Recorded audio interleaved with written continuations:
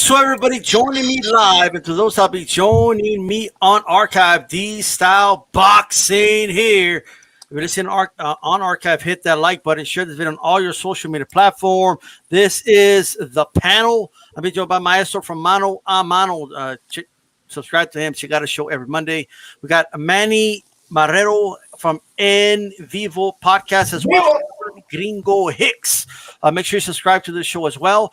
Chief Funk is second half of HCP. Joe Habib from Ringside Reporter every Sunday. Make sure you check them out. Shadow Ghost 81 does have a YouTube channel. Subscribe to his channel today. And of course, from the Boxing Republic, Nancy. How's everybody doing today? Good. You star. Fantastic, baby. Let's go. Ready to cook. Let's do it. Let's topics. A lot of topics, a lot to unpack here. So let's go ahead and start here. First, I hit my like button, guys. Okay, as you come in, hit the like button as you come in, and let us know what you think in the chat, of course. First thing is first. I have a question to propose to the panel. Is Tank Davis a pay-per-view star right now, in your opinion? I've already had a long discussion on this, so I'm going to step aside and not try to influence anything in this conversation. I'm going to start with Maestro. What's your answer to that question? Well, I mean, were the guys on the Pinoy Power pay-per-view stars? Do you guys remember those? Back in the day, only the hardcore guys like me would actually care about those. Pinoy Power. Latin Fury, Latin. So, I mean, if we're talking about that level of pay-per-view, then he's a huge star. I mean, 200,000 would have been huge numbers for Latin Fury or Pinoy Power, but that's not what's obviously meant by the term pay-per-view star. People are thinking Floyd Mayweather, Canelo Alvarez, Oscar de la Hoya, Tito Trinidad, Lennox Lewis, Mike Tyson, Evander Holyfield. I could go on and on and on. And anyone who puts Tank Davis in that stratosphere is delusional. That's not a pay-per-view. He's not a pay-per-view star. 200,000 would have been an epic bomb for any of those fighters I just named.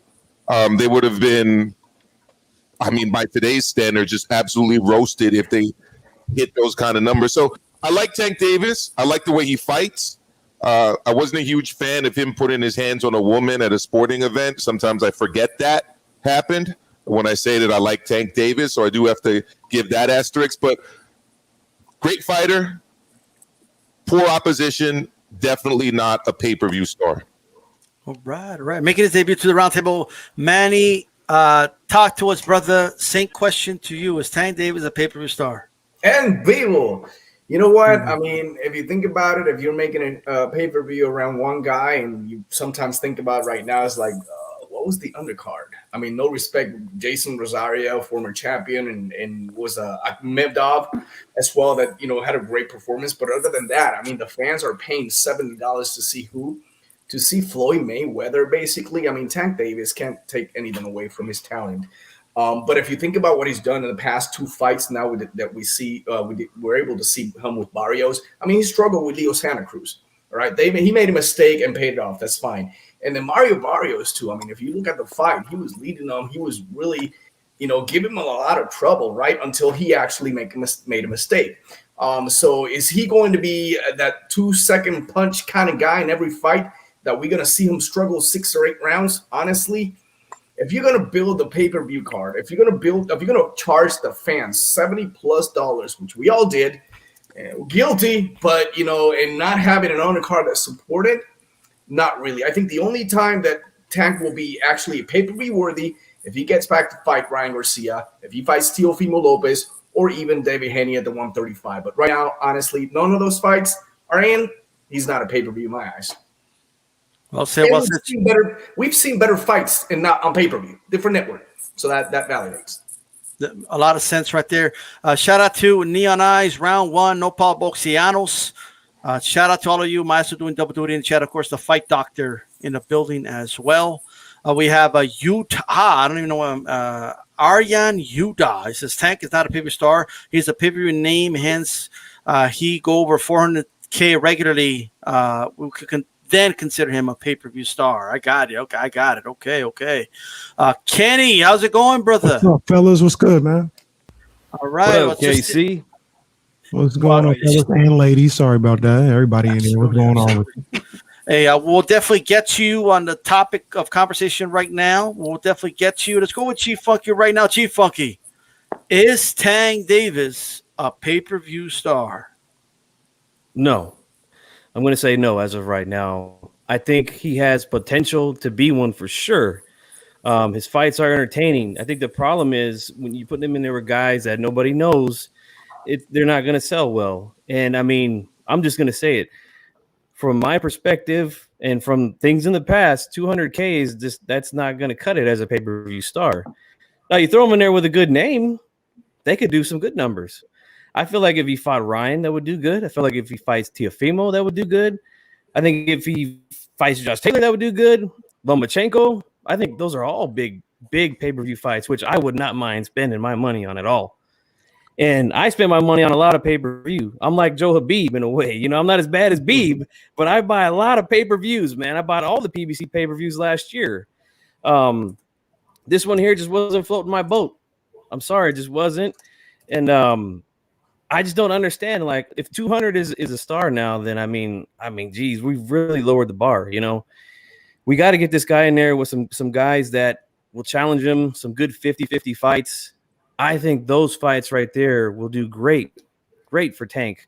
And we'll see. I mean, we're hearing everything's going to be in-house, which is not good, which means all the guys that I named off most likely won't fight him. We'll see with Devin Haney. Much respect to Devin Haney for doing the free agent thing. You know, he's making himself available for all the smoke, which is great for boxing fans. I love that.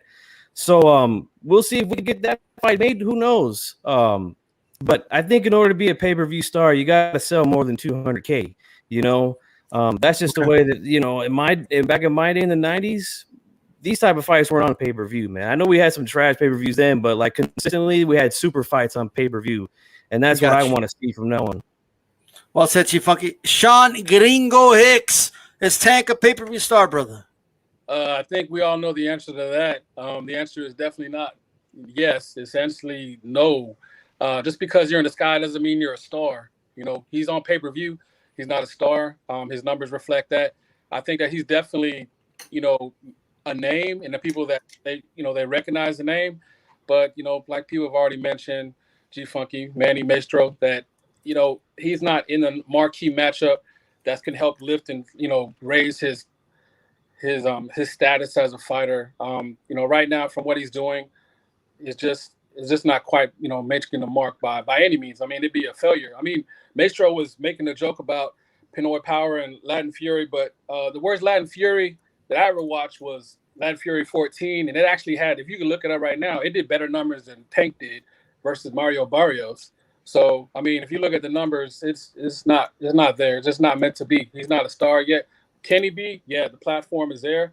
There's plenty of opponents. Is he going to fight them? Hopefully soon. But, I mean, if he just fights everybody, and how, you know, Mayweather mentioned that he was going to be there on fighting in-house fighters. If this is their model, I don't think it's a successful one. I don't see it's the one that can sustain long term. So my answer is adamant. No, he's not. He's on pay-per-view, but he's not a star. Gotcha. Joe Habib, same question to you. But when you got fighters like Mike Tyson and Floyd Mayweather coming back and doing exhibitions and doing a million pay-per-view buys, that tells you something right there where today's boxers are. Obviously, the streaming is out of control, and that's going to affect numbers. So the bar is going to be different, I think. But those guys came back even with the illegal streaming, and they did 1 million plus. So he's a star, but you know, a lot of people know who he is. He's very popular within the entertainment industry, within the sports industry. A lot of people are talking about him. You know, they do a great job with taking clips of his fights, these pay-per-view events, and putting them on social media, putting them on the PBC channel and showing the highlights. So a lot of people are seeing what he's doing, and they're talking about what he's doing, and they know who he is. But the word pay-per-view means you're paying to view. Now, not everybody is paying to view. So he's a star, but he's not a pay-per-view star because not everybody is paying to see him. Now, it draws a great house, right? A lot of people coming out to see him. Dr. J went in the locker room. So he's attracting a lot of stars and a lot of, popular personalities to his events. But again, the general public is not paying to see the fights. So It is what it is. So just so everybody knows that I was on the Boxing Voice, and I had hundreds of people tell me he's a pay-per-view star. So it's not as obvious to everybody, apparently. My argument was no. Shadow Ghost, talk to us, brother. Is he a pay-per-view star in your opinion? Yeah, actually, speaking of the Boxing Voice, I was going to bring that up when Eddie Hearn was on there. I think he's a draw. He's a draw. There's a difference. I think when you put a boxer on anybody on pay-per-view, you're looking for a sort of kickback. And when Eddie Hearn was on there, he was talking about, I think it was like free agents. And he was like, I advise certain fighters not to be free agents. It's a double-edged sword. One, you could be able to go wherever you want. But two, you have to be able to put butts in seats. And if you're not, then I advise you to be on a contract. Tank is a pay-per-view draw. And I think one of the issues that we have is like what G Funky was saying is who Mayweather is putting him with. I think Mayweather is still, he's moving him as if Mayweather is still fighting. And I think that's the difference. If Mayweather was fighting some of these guys, then maybe we would be seeing, and even with that, we were talking about Mayweather when he was fighting, a lot of the fighters he was fighting, they were bringing the fans, whether it was Latino fighters or whatever. So I think if you put Tank with the higher the opposition, you're going to bring their fan base along. Right now, we're seeing Tank does have a fan base, no matter who he fights. But if you start putting him up against, even if you put him against Josh Taylor, or a lot of boxing fans do want to see the best fight the best. So when you do, we have this illusion that it's all about putting names together. No, if you start going for legacy, I'm always a firm believer that if you go for legacy, you put the best against the best, then the money will come, the fans will come, or whatever. I think he's a draw. I think he will be a pay-per-view star in the future if his opposition goes higher. So Nancy, same question to you. Yeah, so I think he has potential. So I'll say not yet. And here's why. First of all, I think that pay-per-view star, those are strong words. Like those are really strong words. Like even thinking of some of, the boxers that I'm a fan of, to start talking about whether they're pay-per-view stars, that's pretty strong. Some of what G Funky was saying earlier, some of the names that he threw out, those would be great matchups, but those other opponents would be carrying the pay-per-view, not Tank, not at this point, at least. He's surrounded by, I think, people that could get him there, right? I think he has, at least for me, he's got a couple strikes against him just outside of the ring. But he has the potential. I don't want to take away from, I think he's a good fighter. I think he went up 2 weight classes, pretty successfully. In his fight against Barrios, I think he did really well, dropping him 3 times. I'm a Barrios fan, but I couldn't turn away from the fact that, he performed really well. But I still don't think that it's enough to be calling him a pay-per-view star. Even if you take the numbers away, right, and you just think of the performance itself, like he's not there. He's not there. That's great that he has a following, right, and he has like these hardcore fans, but those are strong words to use. I don't think he's there yet. All right. Kenny, ESPN Sacramento, stand up. Yes, sir. 1320 D-Lo on KC. You see what it is, man. 12-4. So yeah, man. Appreciate y'all having me on here. I'm gonna be the contrarian in here. G Funky. These times, how I get down, man. I definitely think Tank is a pay-per-view star, and it's all relative when I say this, right? So right now, the way boxing is right now, yeah, he's absolutely a pay-per-view star.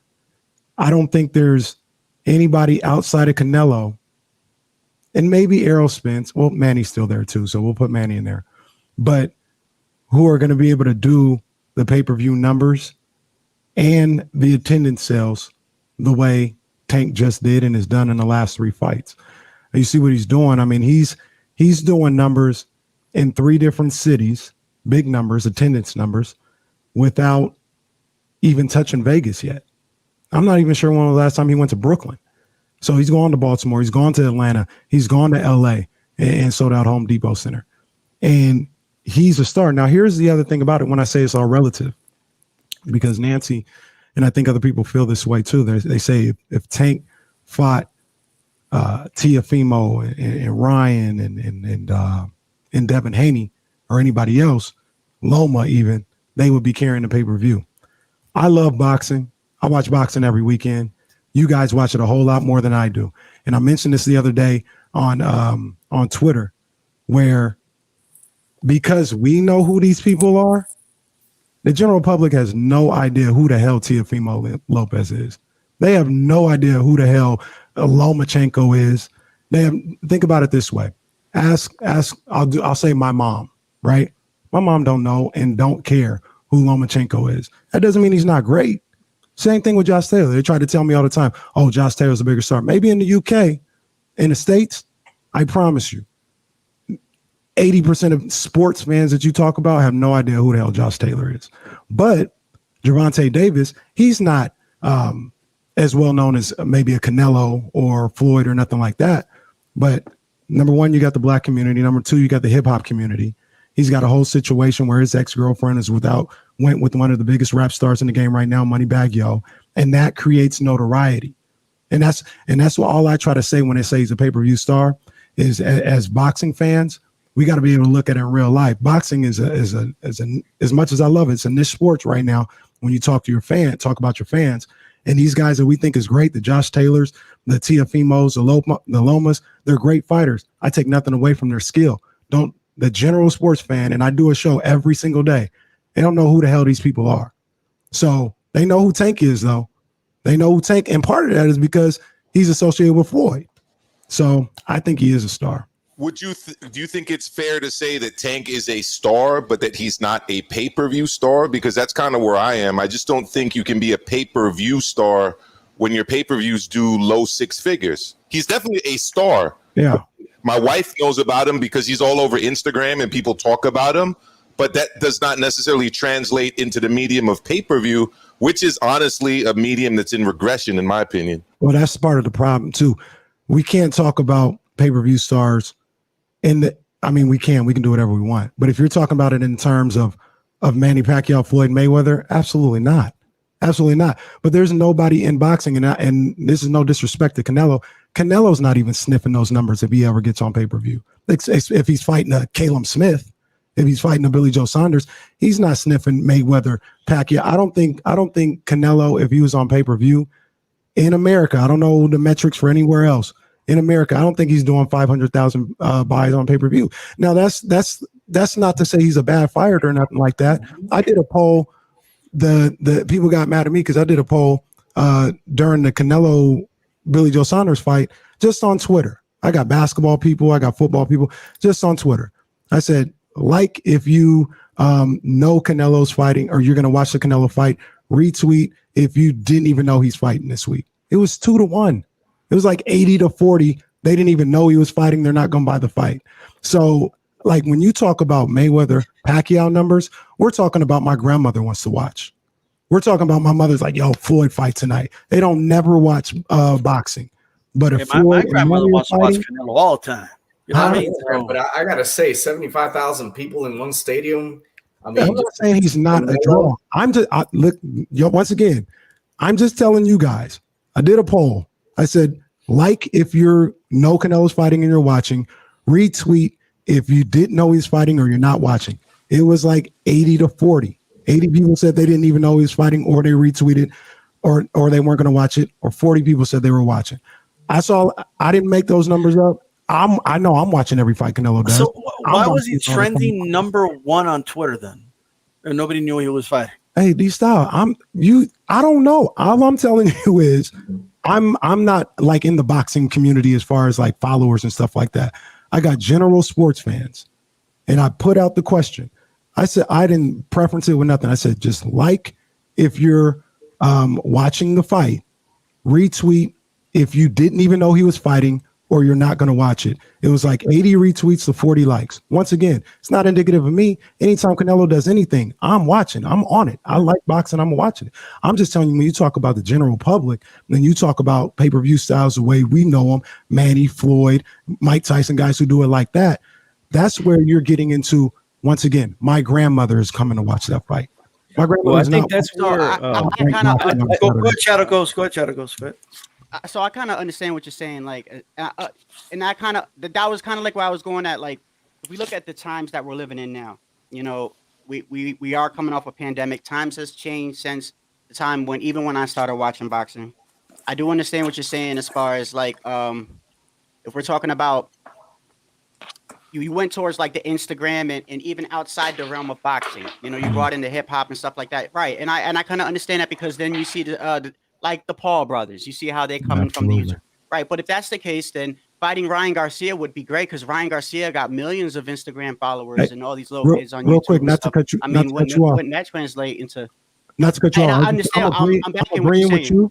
And I G Funky, I've said this before. I think that's quite possibly the biggest fight in boxing.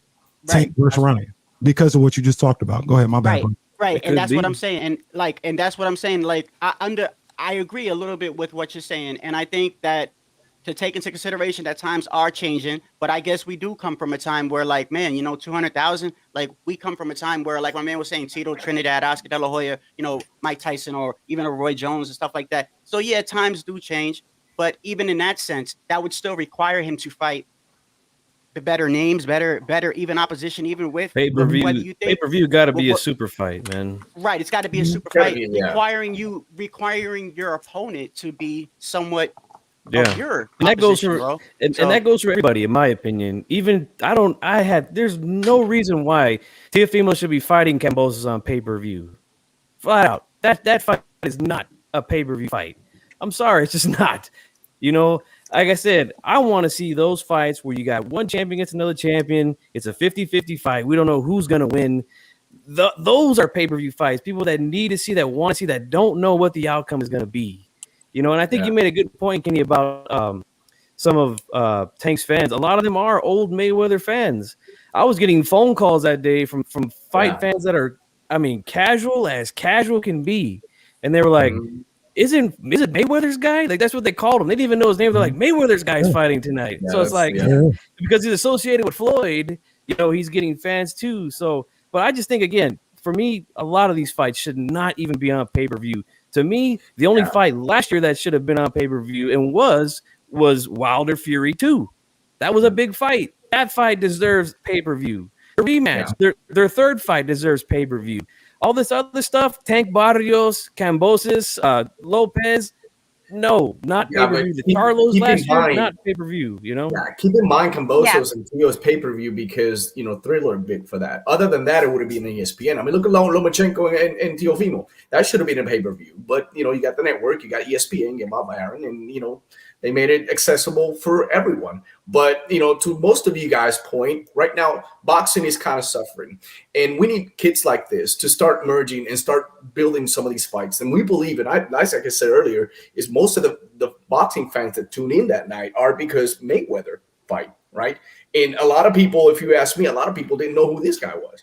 And some of the people I talked to, they say, oh, yeah, he's part of the Divas, because we call it the 4 Divas of the 135s, right? Oh, yeah, that's one of them. That's Tank Davis. And people are questioning why this guy doesn't fight people around his, you know, weight class. Why do he have to move up? Why are they making him fight against, you know, Barrios, which nothing against Barrios, but all these championship belts are coming out, regular, interim, diamond, black. I mean, you know what I mean? So just because there's a regular belt on the line, it just doesn't mean that it's going to be pay-per-view worthy.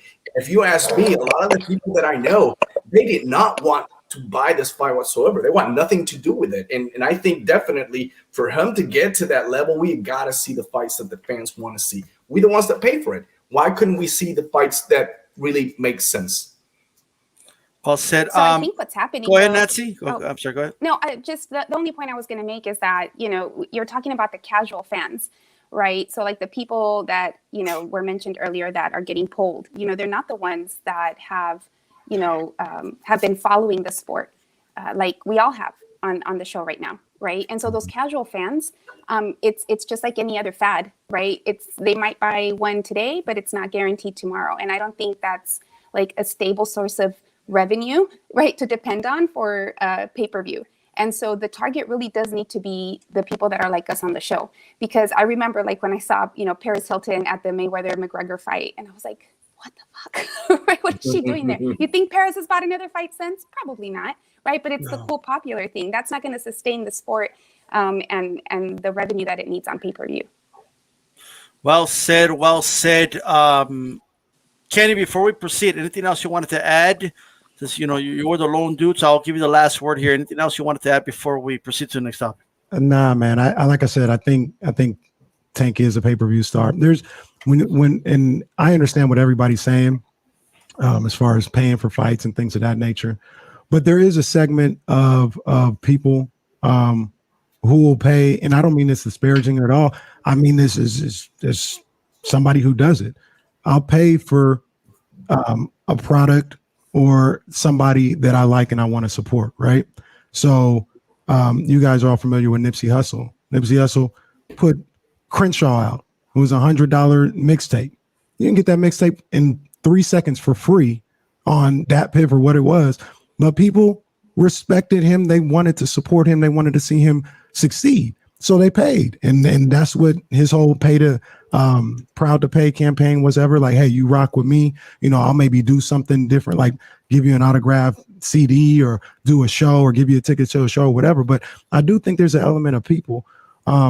And I feel like I'm one of them. Like, I don't have to stream everything. I don't have to pirate everything. Like, if it's somebody that I feel continues to give me quality product over and over again, whether it's Tank or Errol Spence or any fighter that I'm fooling with, like, yeah, I'll rock some money with us, my family, where we come from, pay-per-view fight. Yo, hey, I got the fight tonight. Come on over. We're gonna barbecue. We're gonna have a good time. We're gonna drink. We're gonna get together. This is it's an opportunity for my family and friends to get together and enjoy each other's time. So if that costs $50, that's cool. We'll have a good time and chop it up. So I think that's one aspect that I feel like boxing fans forget when they talk about, oh, I don't want to pay for this and that, man. It's more than just a fight sometimes. You know what I mean? Absolutely. Absolutely. Guys, so the original topic was Coppinger reported that the fight may be postponed. He actually said more than likely be postponed. It turns out he was right. While we're doing in the middle of the show, the fight has been postponed, as you see right there. So Fury Wilder 3, the trilogy has been postponed. Babe, what's your reaction, brother? Because I'm gonna go off when I go, but what's your reaction? I'm not very happy about it, obviously, right? I mean, there's no other reaction to have except disappointment, right? But I will say this. I'll tell you why I'm angry. Because Bob Arum continues to put out misinformation to the press. He said both Wilder and Fury and their teams were all vaccinated. Now, I know you can still get it if you're vaccinated. Bill Maher got it. But, it's just very rare. It's a rarity that you would get it if you're vaccinated. So I'm curious to see how he got this, and I'm curious to see if he really was vaccinated or not. But obviously, I'm extremely disappointed. There's no other reaction to have at this point. Man, well said. I mean, I don't know. Okay, all right. Kenny, what is as you sit here, it's been postponed. What's your reaction to this? Tyson Fury, a clown, man. He is a straight clown. And I just want to ask you, because I know the topic of discussion for a long time has been Glovegate, and people have been raking Wilder over the coals for the glove and the accusation and all this other stuff. But I'll ask you guys this, because I saw somewhere earlier, Fury isn't, I'm not saying he intentionally got the Rona or whatever, but if he didn't take every precaution to make sure this fight came off without anything like that, then he's at fault for that. But he canceled 2 Klitschko rematches. He hasn't defended. If I got this right, you guys tell me if I'm wrong here. You guys know better than I have. You're right, Kenny. You're right, Kenny. He's never defended. He's never defended. You're right. You're correct. He's a clown. And to be honest with you, I'm not sitting here saying gloves were tampered with or nothing like that. I'm just asking a question. Everything that he's shown in his career, from having these non-title defenses, from being caught with PEDs before to now having these accusations, why does he get the benefit of doubt with any of this? Like, why are we just like, oh, there's no way that Tyson Fury would have cheated? Oh, that's just crazy talk, whether it was gloves, PEDs, or whatever. Like, this dude a clown, man. He a straight clown. You want to talk about bad for boxing? This guy, look, D-Style, maybe you go on it a little more, man, but he's a straight clown. And he tried to get out of this fight. Him and Bob lied their way through this whole thing, trying to get out of this rematch. And now once they were forced to take the rematch, they didn't take every precaution to make sure it went through. Tyson Fury, clown. He the biggest clown in the sport, if you ask me. All right, hey, that's how Kenny feels. We bring different opinions on here. You know what I mean? That's all good. Shadow Ghost, what's your reaction? Trilogy postponed. First off, man, I came home about an hour ago from going out. I didn't find anything out. So when I got home, I'm shocked about everything. So I'm going online. I'm going on the Boxing Voice. I'm seeing everything that's going on, right? And I'm going to be honest with you. I don't know what to believe anymore. Because number one, first off, I think, and just I understand how he feels, because, and I think a lot of people really don't understand that when people were talking and saying about when Wilder came out with Glovegate and everything, and when a lot of people were like, hey, listen, you know, if you don't have any proof or whatever, let's just run it back or whatever. I think when people hear that, they're like, oh, well, you stick it up. Oh, a lot of people that were saying that don't like Fury, because we see the antics that he's done. We know he's never defended a belt, but then some people do, but that's here nor there. But when I saw what was going on, and I saw it was from Mike Coppinger, I'm like, wait a second. I go on Google and I'm just playing around, and I Google things Mike Coppinger ever said that never came true, right? And I Googled it, and well, what do you know?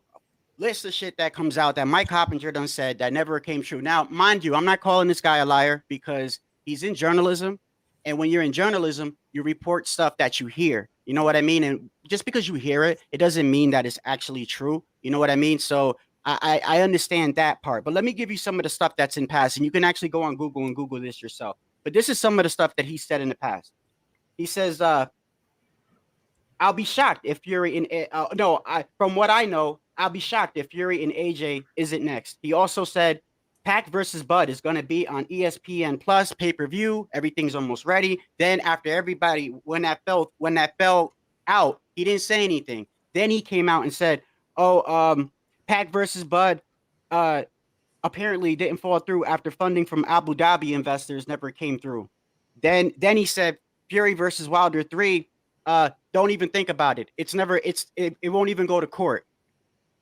Well, what happened? That went to court, bro. All right. And then so he's a broken clock, is what you're saying. Right, is what I'm saying. But then again, I can't call the man a liar, because he's just reporting what he hears. So I can't. But then again, you hear Bob. Bob said after Teofimo, he said, Fury, he's like, I don't know why these guys don't take accountability. He's like, look at Fury and Wilder. Fury got vaccinated, his camp got vaccinated, and then Wilder. Now, the one thing I will say about that is I'm a veteran and I go to the VA all the time. And since this pandemic has broke, I know 2 people that have taken the vaccine and has caught COVID. One was a driver. So, But we're talking about a person that is in proximity of people in a hospital. So I think that when you have the vaccine, it lowers your chances, but it also depends on what you're doing. And I think Mario I caught the end of it, but he was like, look, they're in a boxing gym. You got a guy that holds your spit bucket. You got guys that are coming in and out of a gym. So I don't really know what to believe anymore. But I mean, I don't know, man. But here goes the thing. If they didn't believe Teofimo and they thought it was because of ticket sales, then I mean, people can throw conspiracy theories out there all the time and say, hey, maybe Fury and Wilder 3 wasn't selling. There wasn't enough tickets. So, he's got COVID. I don't know, bro. That's already being floated out there. That's already being floated out there. That's definitely being floated out. Well, that's what I'm saying. So you see what I'm saying? I don't know what to believe anymore, but when I heard it was from Mike Coppinger, I'm not saying he's a liar. I'm just saying just Google things Mike Coppinger has said and didn't come true and have fun. He's not a good reporter. Well, I had my doubts, which is why if you even look at the description, I was using quotations, and as Amilcar called him, we called him Coppinger on here. But hey, Chief Funky, what's your reaction? The trilogy, brother. Looks like it's going to be postponed.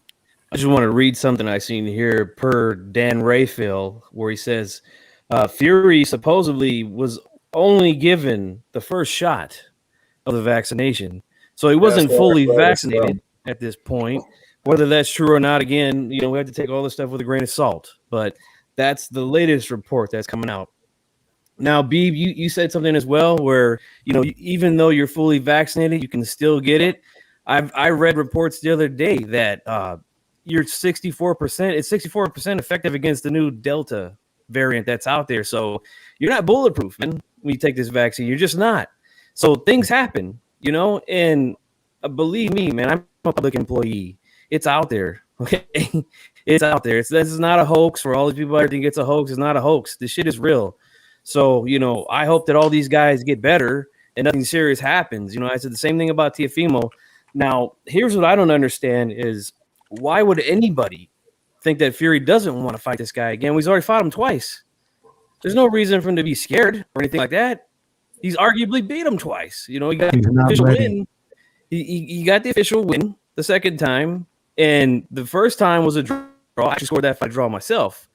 But most people think Fury won that fight. So there's no reason for me to believe that Fury doesn't want to fight this guy again or that he's afraid or anything like that. It just doesn't make any sense to me. There is a pandemic going on. And, I mean, it's a real thing. Like, I get sick and tired of everything has to be a conspiracy. Now, the same thing with Teofimo. He gets COVID, and it's like, oh, it's because of ticket sales and all this and that. Or it doesn't matter for him. He's going to get paid regardless. If no one shows up to fight, he's going to get paid. So it doesn't matter. You know, like I don't understand why boxing fans are even entertaining this type of stuff. This was never the topic when I was a teenager when we talked about boxing. It was never a topic about how many tickets this guy sells or pay-per-view buys. Like that was, I don't know where this shit came from, but I'll be quite honest with you, I'm sick and tired of even talking about it. I don't care about that. These dudes don't. I'm sick and tired of Fury. You know? That's why I'm sick and tired of. I'm sick and tired of the new age fans. It's the new age fans. G-Funky's the new age fans. And him too. He's never defended his belt, so it's pretty annoying at this point. You know, and I'm disappointed the fight's not happening. New age fans. We're talking about YouTubers fighting. Look at what we have. You know what I mean? So Nancy, to go to you next here, what's your reaction to this postponement? Yeah. So before I answer, question. So all that I ever read or heard is that it was in the camp. So not that Fury caught it himself, right? Right. Well, Dan Raphael said that Fury was one of the guys that got it, according to in the report that he just read. Okay. Fury tested positive too, yeah. Correct. This is like COVID's not something you play with, right? Like from a reputational standpoint, before they let that out, I'm sure there was like a good discussion around what we're going to say and why, because that shit's going to get, checked and make sure that we're not just, BSing here for the sake of whatever the conspiracy theory is, right? So I have to believe it. I mean, you can't joke about stuff like that. You can't make that shit up because the truth will come out. So that's my thought on that. Now, it's nothing to take lightly, right? I think what's going to happen is that people are going to get postponement exhaustion, if that's a thing. Like, they're going to it's going to fizzle out, and is it ever going to happen? Type deal. I see a lot of that happening. Just a comment earlier, though, just talking about the journalism and everything that comes out. People. I won't say all, but a lot of the journalists, the thing is to come out and be the first, right? And people are eager to come out and be the first. So if my best friend is telling me she knows and she heard, right, I'm going to believe it. But then her source might have been incorrect. So you have to take that into account. And I'm just tired, man, of all the conspiracy talks. It's like, yeah, boys, with all the conspiracy. Honestly, like the frustrating thing about this is that it's going to just keep all this conspiracy talk going. Like I'm exhausted of that. Yeah. All right. Manny, talk to us, brother. What's your reaction to this? Goodness gracious. Yeah, ESPN just threw it out right now. So he had tested positive himself. I think there's a lot of misinformation at all, but I guess at the end of it, they want to try to deliver some kind of scoop before they know everything about it. And at the beginning was because one person of the camp. I got pretty frustrated. First of all, because I really don't care about the trilogy, and I agree with you. He had beat him twice. And what makes sense to do the third one? Because it was a contract. Okay, I get it. But why do we have to go through the whole battle through a couple of years of like Wilder or AJ? Wilder, no AJ. Now AJ, no, now AJ, no, now Wilder. Then we sign, 2-3 deal fights with AJ, and now we go back to Wilder. I mean, this whole soap opera for me, My view, I'm sick and tired of it, if you ask me, right?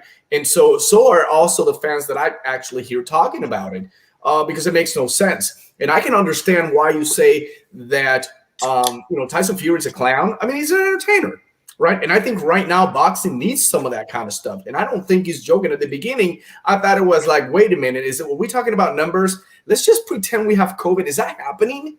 And I got frustrated, and I spoke with my brothers about it, because the last thing that we want to hear is that camps are doing this on purpose because they feel like the numbers are not correct, because they feel like they need a little bit more time to train, whatever the reason is. And I think it shouldn't happen. But you're absolutely right. We need to take this serious. And if we don't take this serious right now and make sure that you are healthy, you need to handle yourself properly. I mean, how many fights we've seen Fury?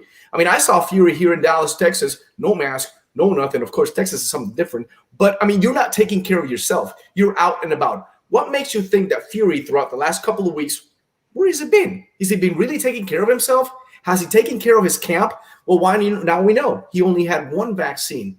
He didn't get the second one, according to Dan Raphael. So these are things that, for me, when I look at it, it's whole a freaking show. And it's got me really frustrated, because if you really want to give the public what you say you want to give, entertainment, you take care of yourself, you handle your stuff, you get your ass in the gym and train as much as you can, so that way you can get that performance and entertain the people that you actually think you're going to entertain. So in terms of Wilder, to be honest, I have no idea. I don't think his mind is clear at all. I mean, right now he's looking like the good guy in this soap opera, right? And it's good for him. I think he needs to get a little bit more credit than what he's gotten in the past. And I think that he had got what he actually deserved. People that kind of hate him because he's all making excuses and all that. But at the end of the day, he's still a great fighter. I think he learned from the past. And I was just ready to see this soap opera end. I want this to go to a different level. I do hate that England's got all the belts, but you know what? People don't really care for much watching right now Wilder and Fury, into my perspective, my view. I think people want to really see something different than just the standard normal thing. It's been 3, and it's not going to be a great trilogy in my eyes. So that's just my perspective. Right. Sean Gringo Hicks, give us your thoughts on this, brother. It's been postponed, brother. It's postponed.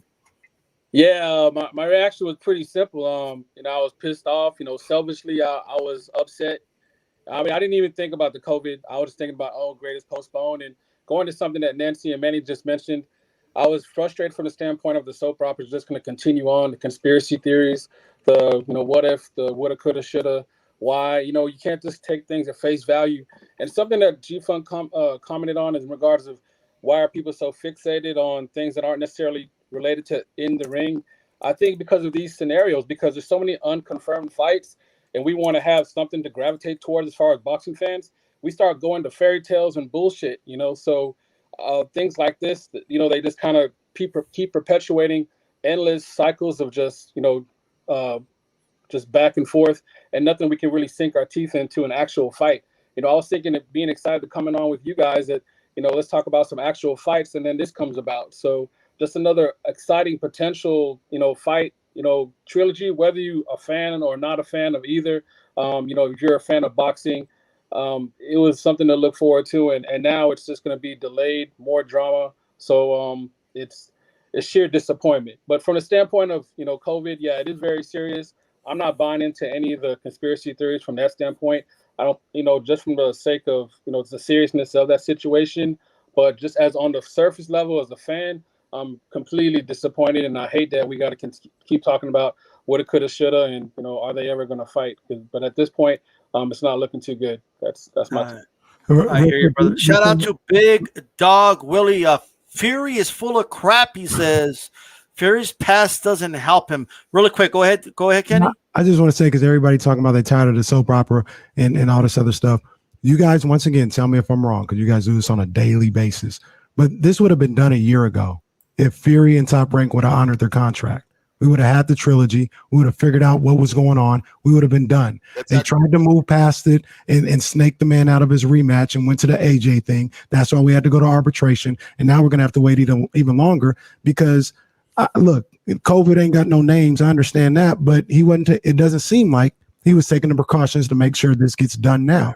So when you talk about the soap opera and all this other stuff. There's 1-2 people, I guess, Arum and Fury, that have kept this going on for the last 13, 14 months. Good points. Now hold that thought. Go ahead, Maestro. You're next. What's your reaction? You want to respond to any of that? Because then defend your boy. Because I'm going there. I'm just letting you know that right now.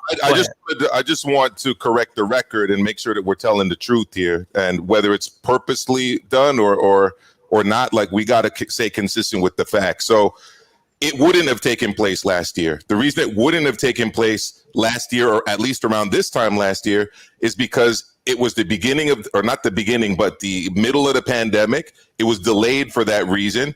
And then it was postponed a second time because Wilder had an injury. So it wouldn't have taken place in the summer last year. It wouldn't have taken place in the fall last year. At earliest, it would have taken place at the end of last year or at the beginning of this year. So but what's your reaction to this whole thing? I don't want to get off topic right now because I got to go next, and we have a whole panel. But answer the question, Milcar. What's your reaction to the postponement? My reaction is that Fury is a clown, but he's not a clown for this. He's a clown because he wears his shirt off all the time. He sings after his fights. He sings in press conferences. Entertainer. You know what Chris Paul and Cristiano Ronaldo have in common other than the name Chris? They both tested positive for COVID-19. They're not clowns because they tested positive for COVID-19. Right now, Euro 2020 is taking place. Second biggest football/soccer tournament in the world after the World Cup. You've had players testing positive for COVID-19. It is what it is. It's happened, not just in boxing, but in other sporting events as well, major sporting events.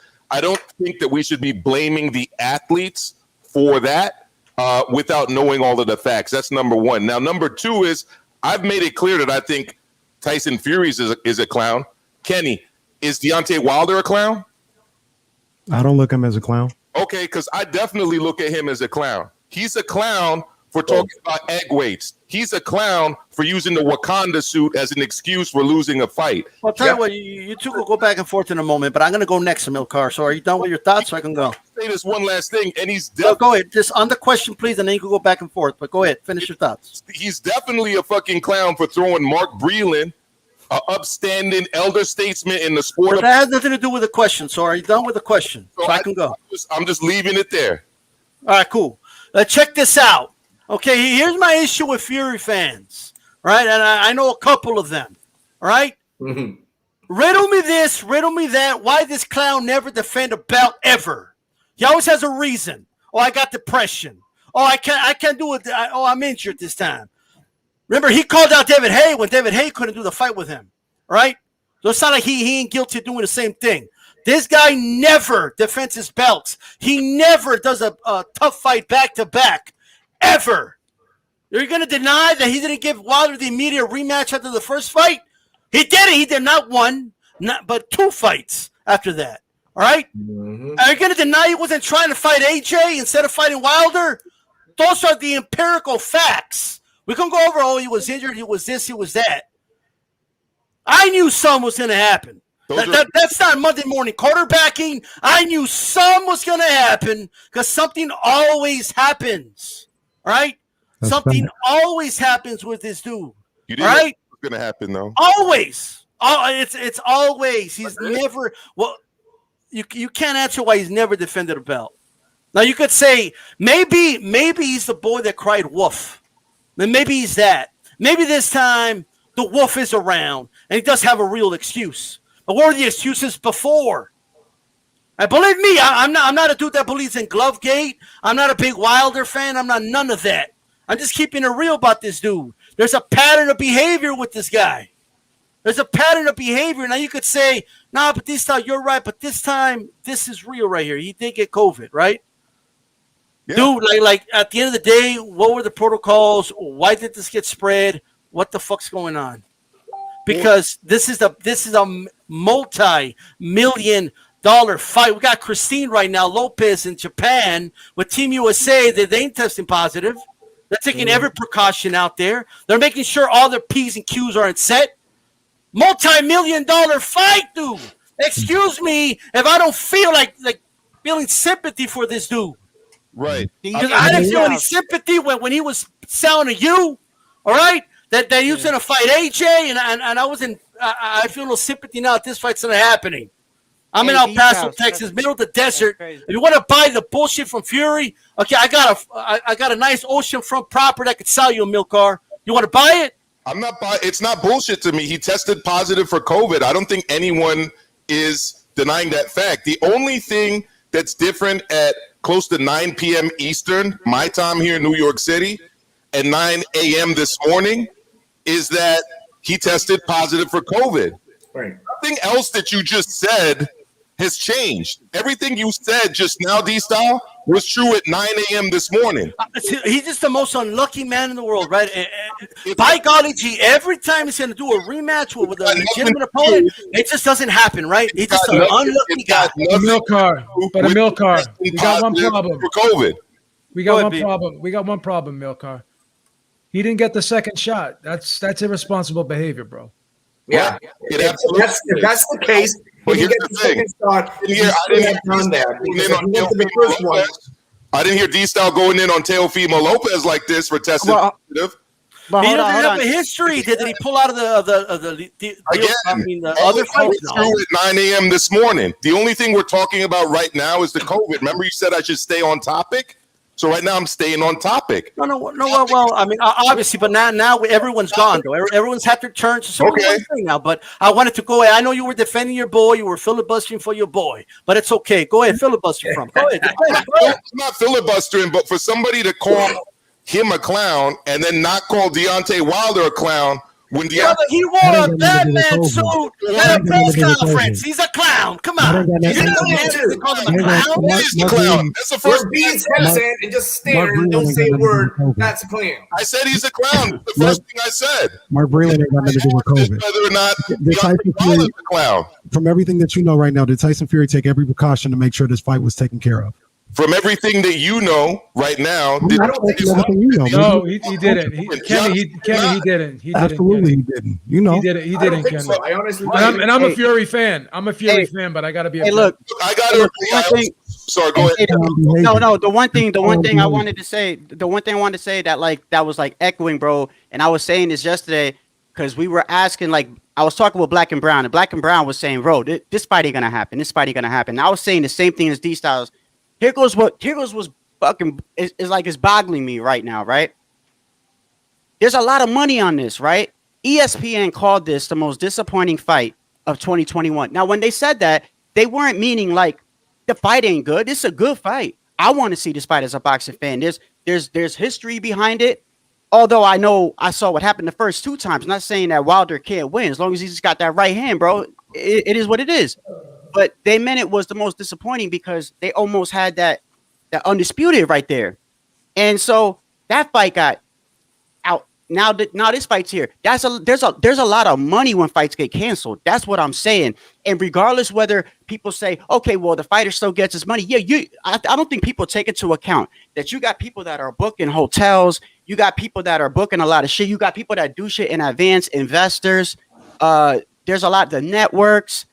All that shit's got to be it's got to be rescheduled. It's just, that's a lot of money. And so when stuff like this happens, I don't know, it's weird. And there is a lot of fuckery that goes on with Tyson Fury. Pandemic, that's why, but this is what I'm saying though. It's like, I don't know. I just want to see the fight so we could just move the hell on, because I think the longer that this fight goes, it's just, there's more negativity that's going on. I mean, for boxing. And I think that hold on. I want to give a shout out to Esso. It says people beg for PBC to work with Top Rank, as they should. And look at this BS. First, they tried to skip the rematch. Then Fury didn't get fully vaxxed. I'm sorry, Nancy. Go ahead. Thank you for the support, brother. That's right. So I think in all this conversation, the one thing that I haven't heard is any accountability to the promoters and the business itself, right? Because they're the ones that also have a responsibility. Y'all, this isn't the first fight.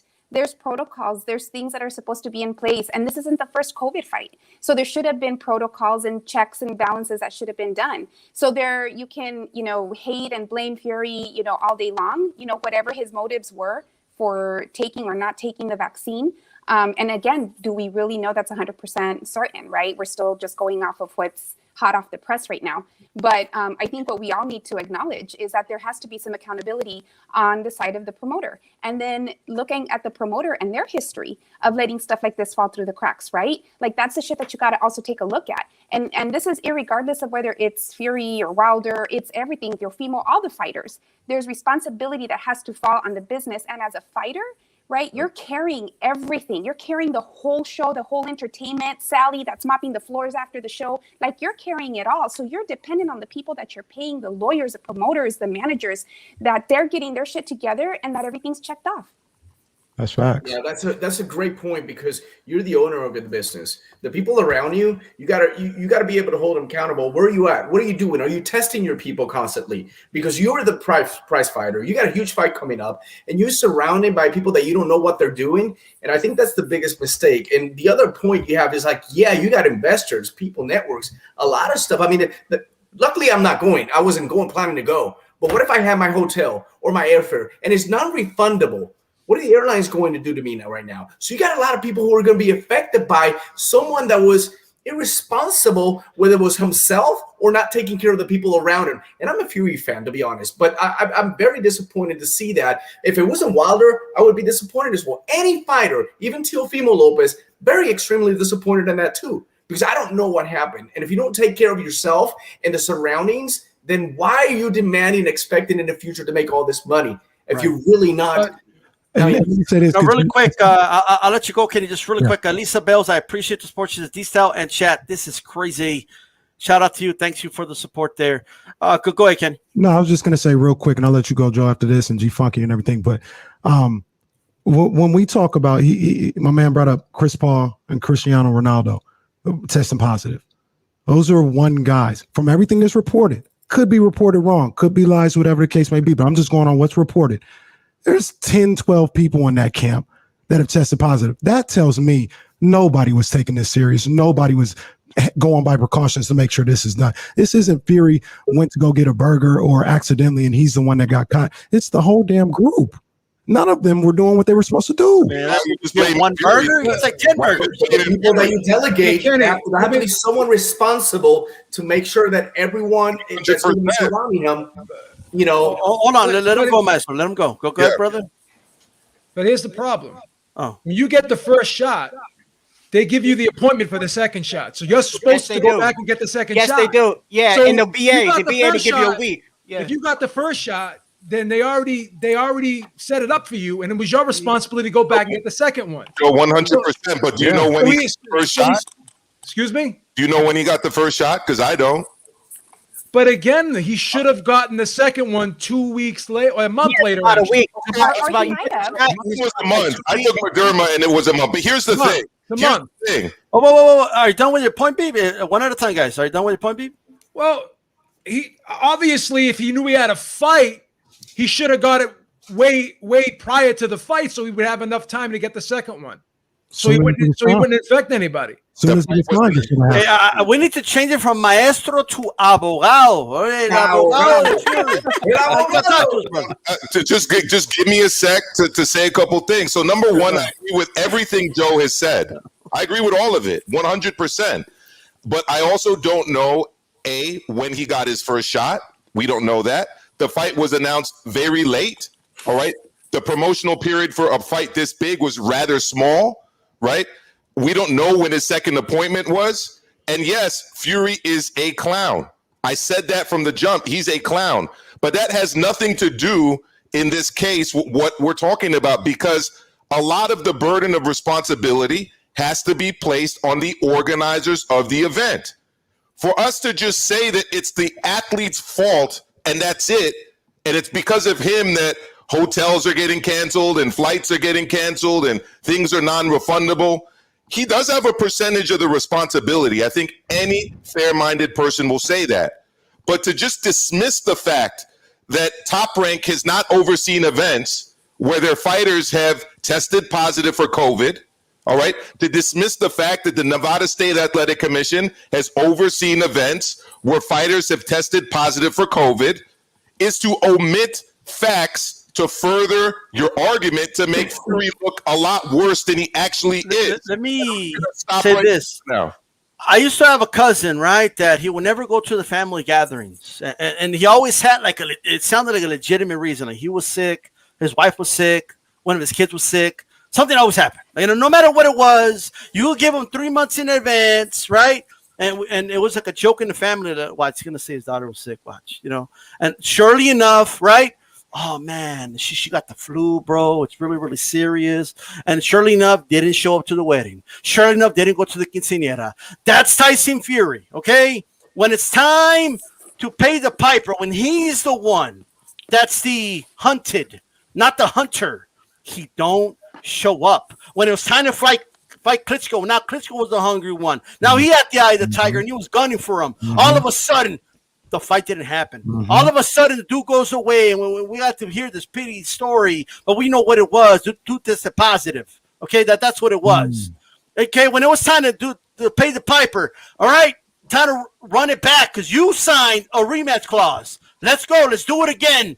All of a sudden, he didn't want to pay the piper. All of a sudden, he wants to do things on his term. I get that, but at the end of the day, you can't argue this. When he's the hunted, the dude is nowhere to be found. He finds a way out. It's not a conspiracy to say that. It's a pattern of behavior. Breaking news. Breaking news. I just heard that Tyson Fury was going to every hospital in Las Vegas and the surrounding suburbs to expose himself to COVID-19 because he was afraid to fight Deontay Wilder. So Hey, hold on. Hey, Deontay Wilder got both his shots. Hey, no. 150 pounds to fight Wilder the first time when no one Shadow goes after you, Milk Carper. Go ahead. No one thought he would win. 150 pounds of weight loss. No one thought he would win. He went to the other man's country to do it, but now all of a sudden, now he's the scaredy cat. Now he's the pussy cat. Yeah, now he's the 6'9" fucking coward who won't take on the fight. Is that what we're saying? No, we're saying that he's a sucker and he's a clown and he don't honor his rematches. That's what we're saying. Okay, so he doesn't. How about this? If you don't want us to say that he's ducking the rematches, don't duck the rematches. COVID. He don't honor his rematches. That's a fact. Hey, Maestro. Hey, purposely. There is no ducking. Go ahead, Shadow goes. Shadow goes. Go ahead. Is that what we're saying? Shadow goes. Go ahead. COVID. Shadow goes. Go ahead. Hey, what's I'm sorry, I don't know your name on the bottom right. Maestro. No, the woman. I'm sorry, I don't know her name. Nancy. She made a good point, and this is look. I understand, bro. Like, listen, I agree. I've always said it. I'm not a huge Tyson Fury fan because I try to look at things on both sides. Like, I'm not just gonna blame Deontay Wilder when I feel like he's making accusations and has no proof, or this guy's never defended a belt. He has a pattern. But also, Bob Arum came out and said, and look, I agree, bro. Just because you get vaccinated does not mean that you can't get COVID. Mm-hmm. But Bob came out and was like, he literally, his exact words were, Fury's camp has been vaccinated. He didn't say they. Yeah, he said I reached out to Shelly Finkel, and they got but the first thing he said was Fury's camp has been vaccinated. He didn't say, oh, Fury got a first shot, he's waiting for his next shot. He said he got vaccinated. Then he said, and I reached out to Shelly Finkel, and he told me that Wilder's camp has been vaccinated. So either Fury or somebody just didn't tell the truth, but still, Bob as a promoter also has to speak up about this because a lot of shit lands on his shoulders. And believe me, bro, I know, and y'all know from the past and everything that when you fuck over promoters or with money and stuff, somebody pays, bro. You know what I mean? Because there's a lot of money involved, bro. This shit is really there's a lot of investors even involved, even with promotion and networks and stuff like that. And so, and look, I agree. I think we all can agree that Fury has a pass, but Bob needs to say something. I want to hear what Bob gonna say. Because Bob, you said something. That's right. And look, real quick. Because you're undermining a lot of people.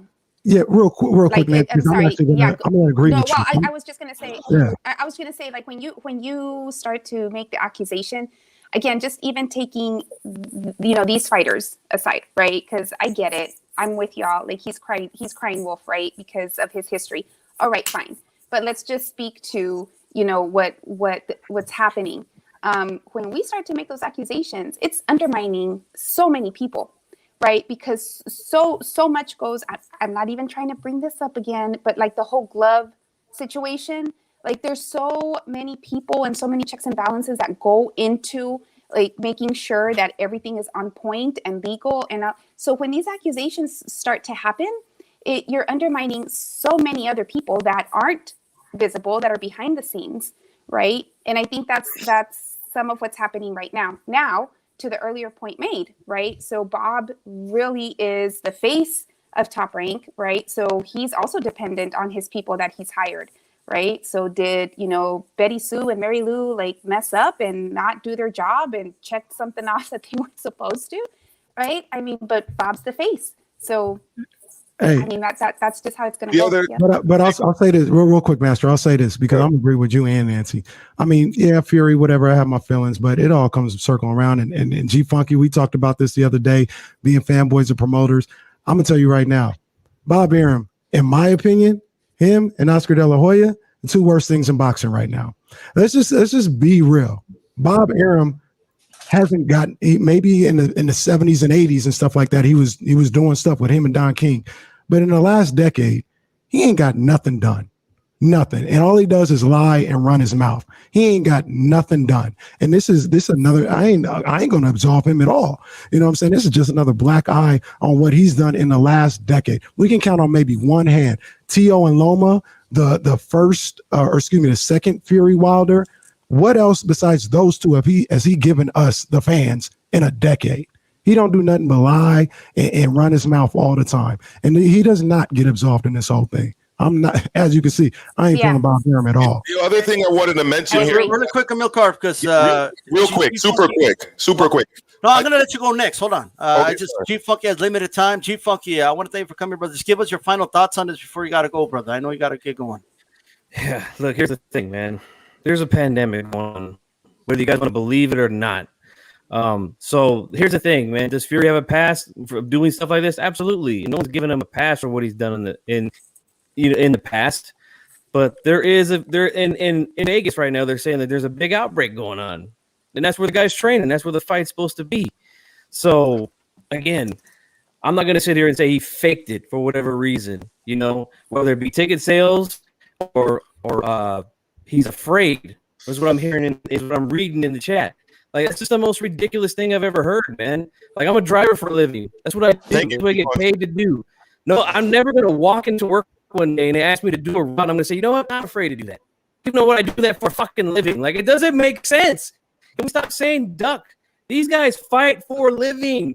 Dudes ain't afraid to fight each other. The problem is promoters don't have guys in there with other guys.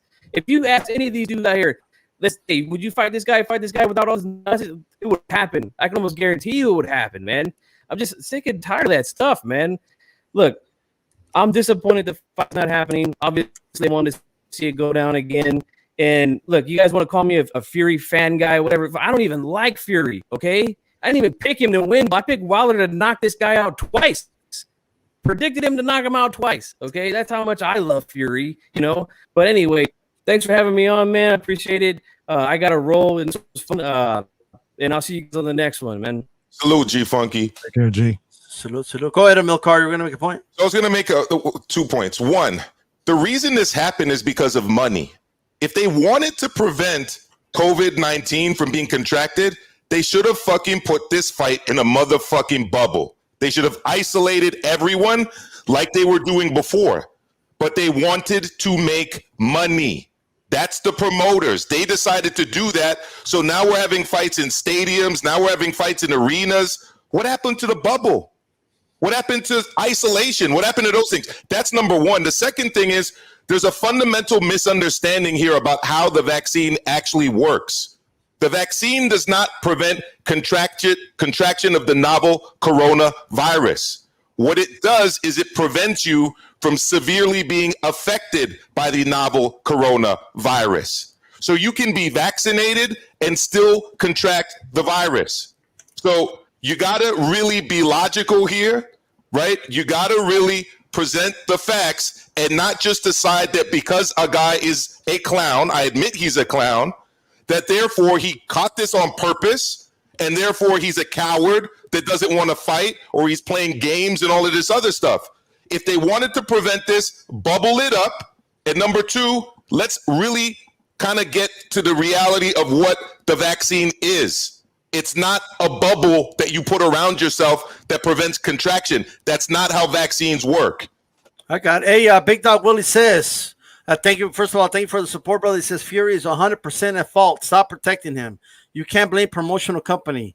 Pathetic. I help administer the COVID-19 vaccines. He will give. We give. Whoa. What's going on over here? Hold on. I don't know what happened there. We give strict instructions to protect yourself until 2 weeks after the second shot. He does work at a hospital, so he knows a lot about the vaccine. And that's what I was trying to say, D Styles. At the VA, they give you there's different types of vaccines that they offer. I always have refused to take it, but the veterans that I talk to, they take a shot and they come back 2 weeks later. That's the one that I know that they get. So I mean, they come back 2 weeks later, and I'm pretty sure that's what they tell them. Yeah, you take your own precautions, but I mean, it's just weird. That is a month. The Moderna's a month, but we have to be honest about it too. Maestro's not wrong, but being vaccinated, it does help prevent you from getting it and spreading it. So it does help. It's not bulletproof, but it lessens your chances of getting it. We have to be honest about that also, because why would we get it?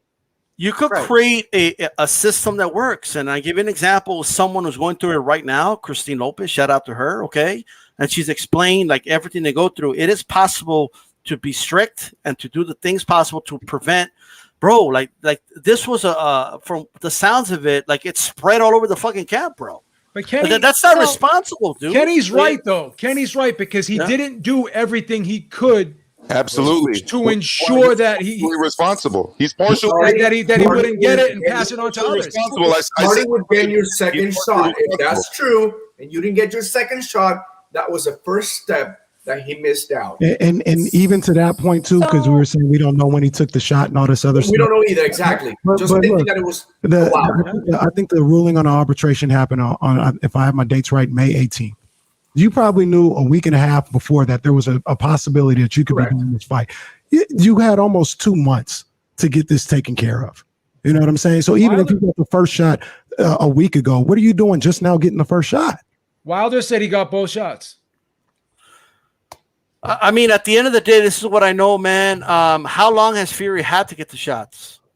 That's the other thing. Like, we don't know when he took it, bro. The shots have been out there for a long time. Some multi-millionaire. He could pay somebody to go give him a shot. I got mine in April. I'm a nobody, and I got mine in April. So why couldn't he get his? So at the time I got mine. Go ahead, Nancy. If I can jump in, and I'm sorry that I keep disconnecting y'all. So maybe a little bit of a different perspective, right? Because I get what everybody's saying. But a little bit of a different perspective. So we don't understand and we don't know and we won't know because of, privacy rules, and he just might not want to share, but we don't know what underlying conditions might be there, right? So did he have a reaction with the first one that maybe caused him to hesitate to get the second one? I mean, there's just so much unknown. I personally am a survivor of a pulmonary embolism, so I do have the risk of clotting, and I have a cousin in the hospital currently that took the first shot and is in the hospital with clots, right? So I'm sharing that as an example.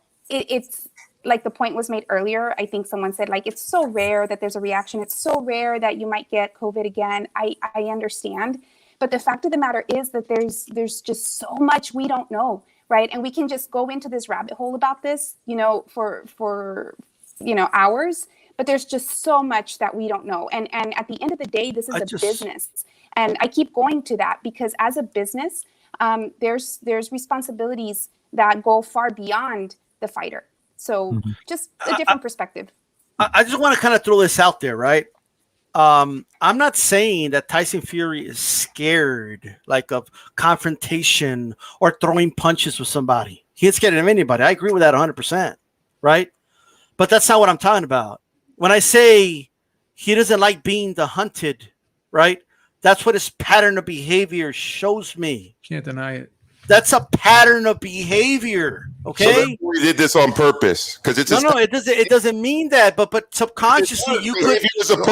Let me make my point, Amilcar. Let me make my point. Just let me make my point. Here's what I'm trying to say. There's no need to filibuster for your boy. I'll let you speak right after this. All right. Subconsciously, yes, people could do things and not be responsible like they should in order to, not take the proper precautions. Yes.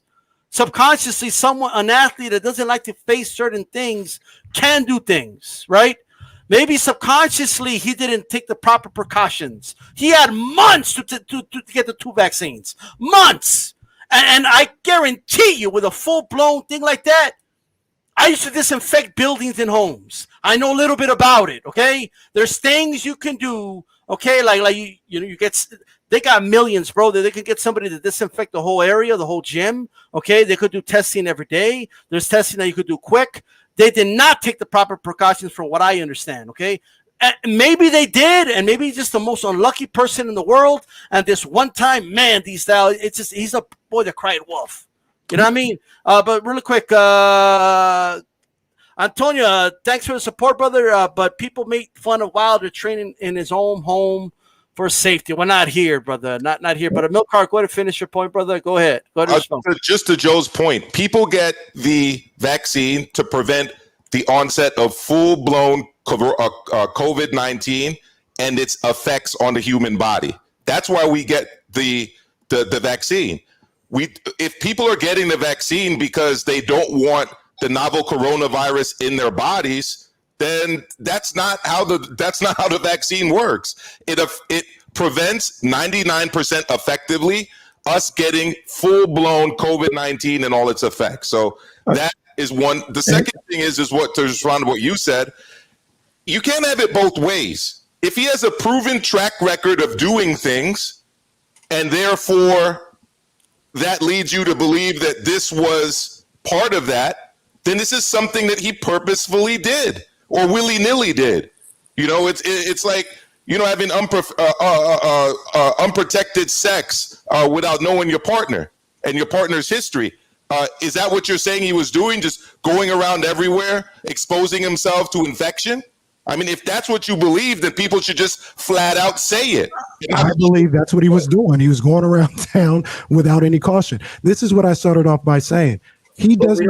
We don't know if it was directly from him or someone in his camp. We don't know. We don't know. But you're responsible for the people that are around you in that particular situation. And this is what I started off by saying. He doesn't deserve the benefit of the doubt. He don't deserve that. When you have the past record, then the first thing we're doing is this is Tyson. It's up to him to prove this time it was different. But if we just in here talking about it, he don't deserve. What does he deserve the benefit of the doubt for? He's been underhanded and sneaky his entire career. I want to go ahead and anyone, Sean, did you want to add anything before we proceed to the next topic, brother? Just one thing I want to add real quick. I mean, I know it's really gotten deep into COVID, and just to clarify, maybe just my own rationality. I was under the impression that to come to the U.S., you have to be fully vaccinated anyway. I mean, he came over from the UK, right? I mean, I recently came and did some international travel. This is true. Yeah, so I mean, how did he bypass that? If this was my big question. Yeah, because maybe he did get both shots, and that's just what they're saying, that he didn't get the second shot. I think you brought up a good point, and that's a question that should be asked for sure. That's why I said Bob Arum. I want to hear from Bob Arum. Facts. Yeah, but you can get a work visa to come over. Yeah, but you still have to be vaccinated though, because I just came from San Domingo and I mean, not vaccinated, but you have to get a test. I'll explain it this way. You don't have to get vaccinated. You have to be tested, and if you don't test, you don't have to be vaccinated to come over. No, but tested, yeah. Good point. Milcar, go ahead and finish that point, and we're going to move on to the next topic. I was exactly just going to say what my brother up there just said. He said, "Hey, D-Style, just real quick, before we end this live, if it's possible, if I can, I wanted to drop a link, and it's just informational for everybody. They were holding, it's about 2 minutes long. It's about the virus, and it was actually like a Congress court thing, and they were holding it about because what people are having problems with, right? Some people are having issues with, and I'm not sure if you're seeing it in the news, but some colleges are now trying to require some students to take the vaccine, and people are saying, oh, that's not right. And then some corporations and jobs are requiring their employees to take it. Right. I'll give you a rant. Just post a comment. I'll give you a rant. I just wanted to say one thing about it. In in the link, it's about 2 minutes long. He explains how the vaccine didn't go through the proper time that it should because we were in a pandemic. And he says like and because of that, he says that with like, for instance, with the flu vaccine in the past like 5 years, there's only been like recorded like 10 or 15 deaths. With the vaccine that we have here, which was been emergency passed, it has not been FDA approved. There's been like over 3,000 something deaths. And so we just got to take that into account. People will still get it. But like I said, there's just too much flip-flopping. You know? Absolutely, brother. We're going to go ahead and proceed to the next topic, guys. That was fun, but it was unexpected news. It was a big story. I want to thank everybody who's tuning in, obviously. And we're going to play these two clips, and we're going to go ahead and get everyone's kind of perspective on this. I want to thank, Kenny for joining us. If you could join us for this one more topic, brother. I'll go first to you for it and all that, man. So let me play these real quick. El Canelo, mira, sí ¿cómo se dice? Que me agüita lo que hizo, ¿ok? En la manera que con la que hizo. Yo le estaba pagando más dinero ahora que le están pagando en sus peleas, ¿ok? Let me replay that because the scroll in the bottom was covering the translation for people that don't speak Spanish. Go ahead. Hilarious. El Canelo, mira, sí ¿cómo se dice? Que me agüita lo que hizo, ¿ok? En la manera que con la que hizo. Yo le estaba pagando más dinero ahora que le están pagando en sus peleas, ¿ok? ¿Por qué no trabajar juntos yo y él para hacer cosas grandes, verdad? Todavía me estoy rascando la cabeza diciéndome, ¿pero qué es lo que hice mal? Man, one more. What are you, 56, Mike? Yeah, 56, 55. And looking as good as you did against Roy, who's a master, right? And just for coming back and doing, you inspired me. So I said I want to do it too. But in back of my head, my demons are telling me, no, you got to do it, motherfucker. Oh, yeah, I know how that works. You know what I'm saying? I know how your subconscious makes a bitch out of you. Right? Yeah. I want to do 2 of these fights, I want to do. No, hold on. I want to do 2 of these fights, and then guess what? I want to do a real fight, a 12-round fight with either Floyd or Canelo. I never heard no. First of all, Cejudo, spare me the reaction, brother. Okay, that's number one. Hey, talk to me, Kenny. I talk to me, brother. You know what I mean? What's your reaction to that before we let you go, brother? It's gonna be short and sweet. Oscar is a notorious liar and a clown. And there ain't nothing more to say about that. It's just Oscar, being a liar and a clown. I am so happy that Canelo got away from him. Absolutely. He can move on with his career. That's the best thing he's done in his career. Facts. There you go. Hey, Kenny, man, we want to thank you for coming, joining us, bro. Great discussion. Tell everybody where they can find you on Twitter and all that good stuff, brother. At IMK Diddy on Twitter, man. And like I said, I appreciate you guys having me on here because I got a sports radio show where I talk 4 hours of sports every day, and they give me 3 minutes to talk about boxing every day. Man. So y'all, that's it. That's the ratings say no, don't talk boxing. But I'm glad y'all came in here. Let me rock, man. I appreciate all you guys. These styles, man. You keep doing what you're doing. Everybody, man, keep up the discussion. Thank you, guys, man. Hey, man, have a good one, Kenny. Have a good one, brother. You too. Hey, Manny, well, what's your reaction? You saw the video, brother. So what do you make of it? I mean, he's saying he doesn't know what he did, and then the second one, he wants to fight the dude. Like, what do you make is he gonna be in Thriller smoking that shit or sniffing that cocaine, or I mean, what's up with that? You know what I mean? I don't understand.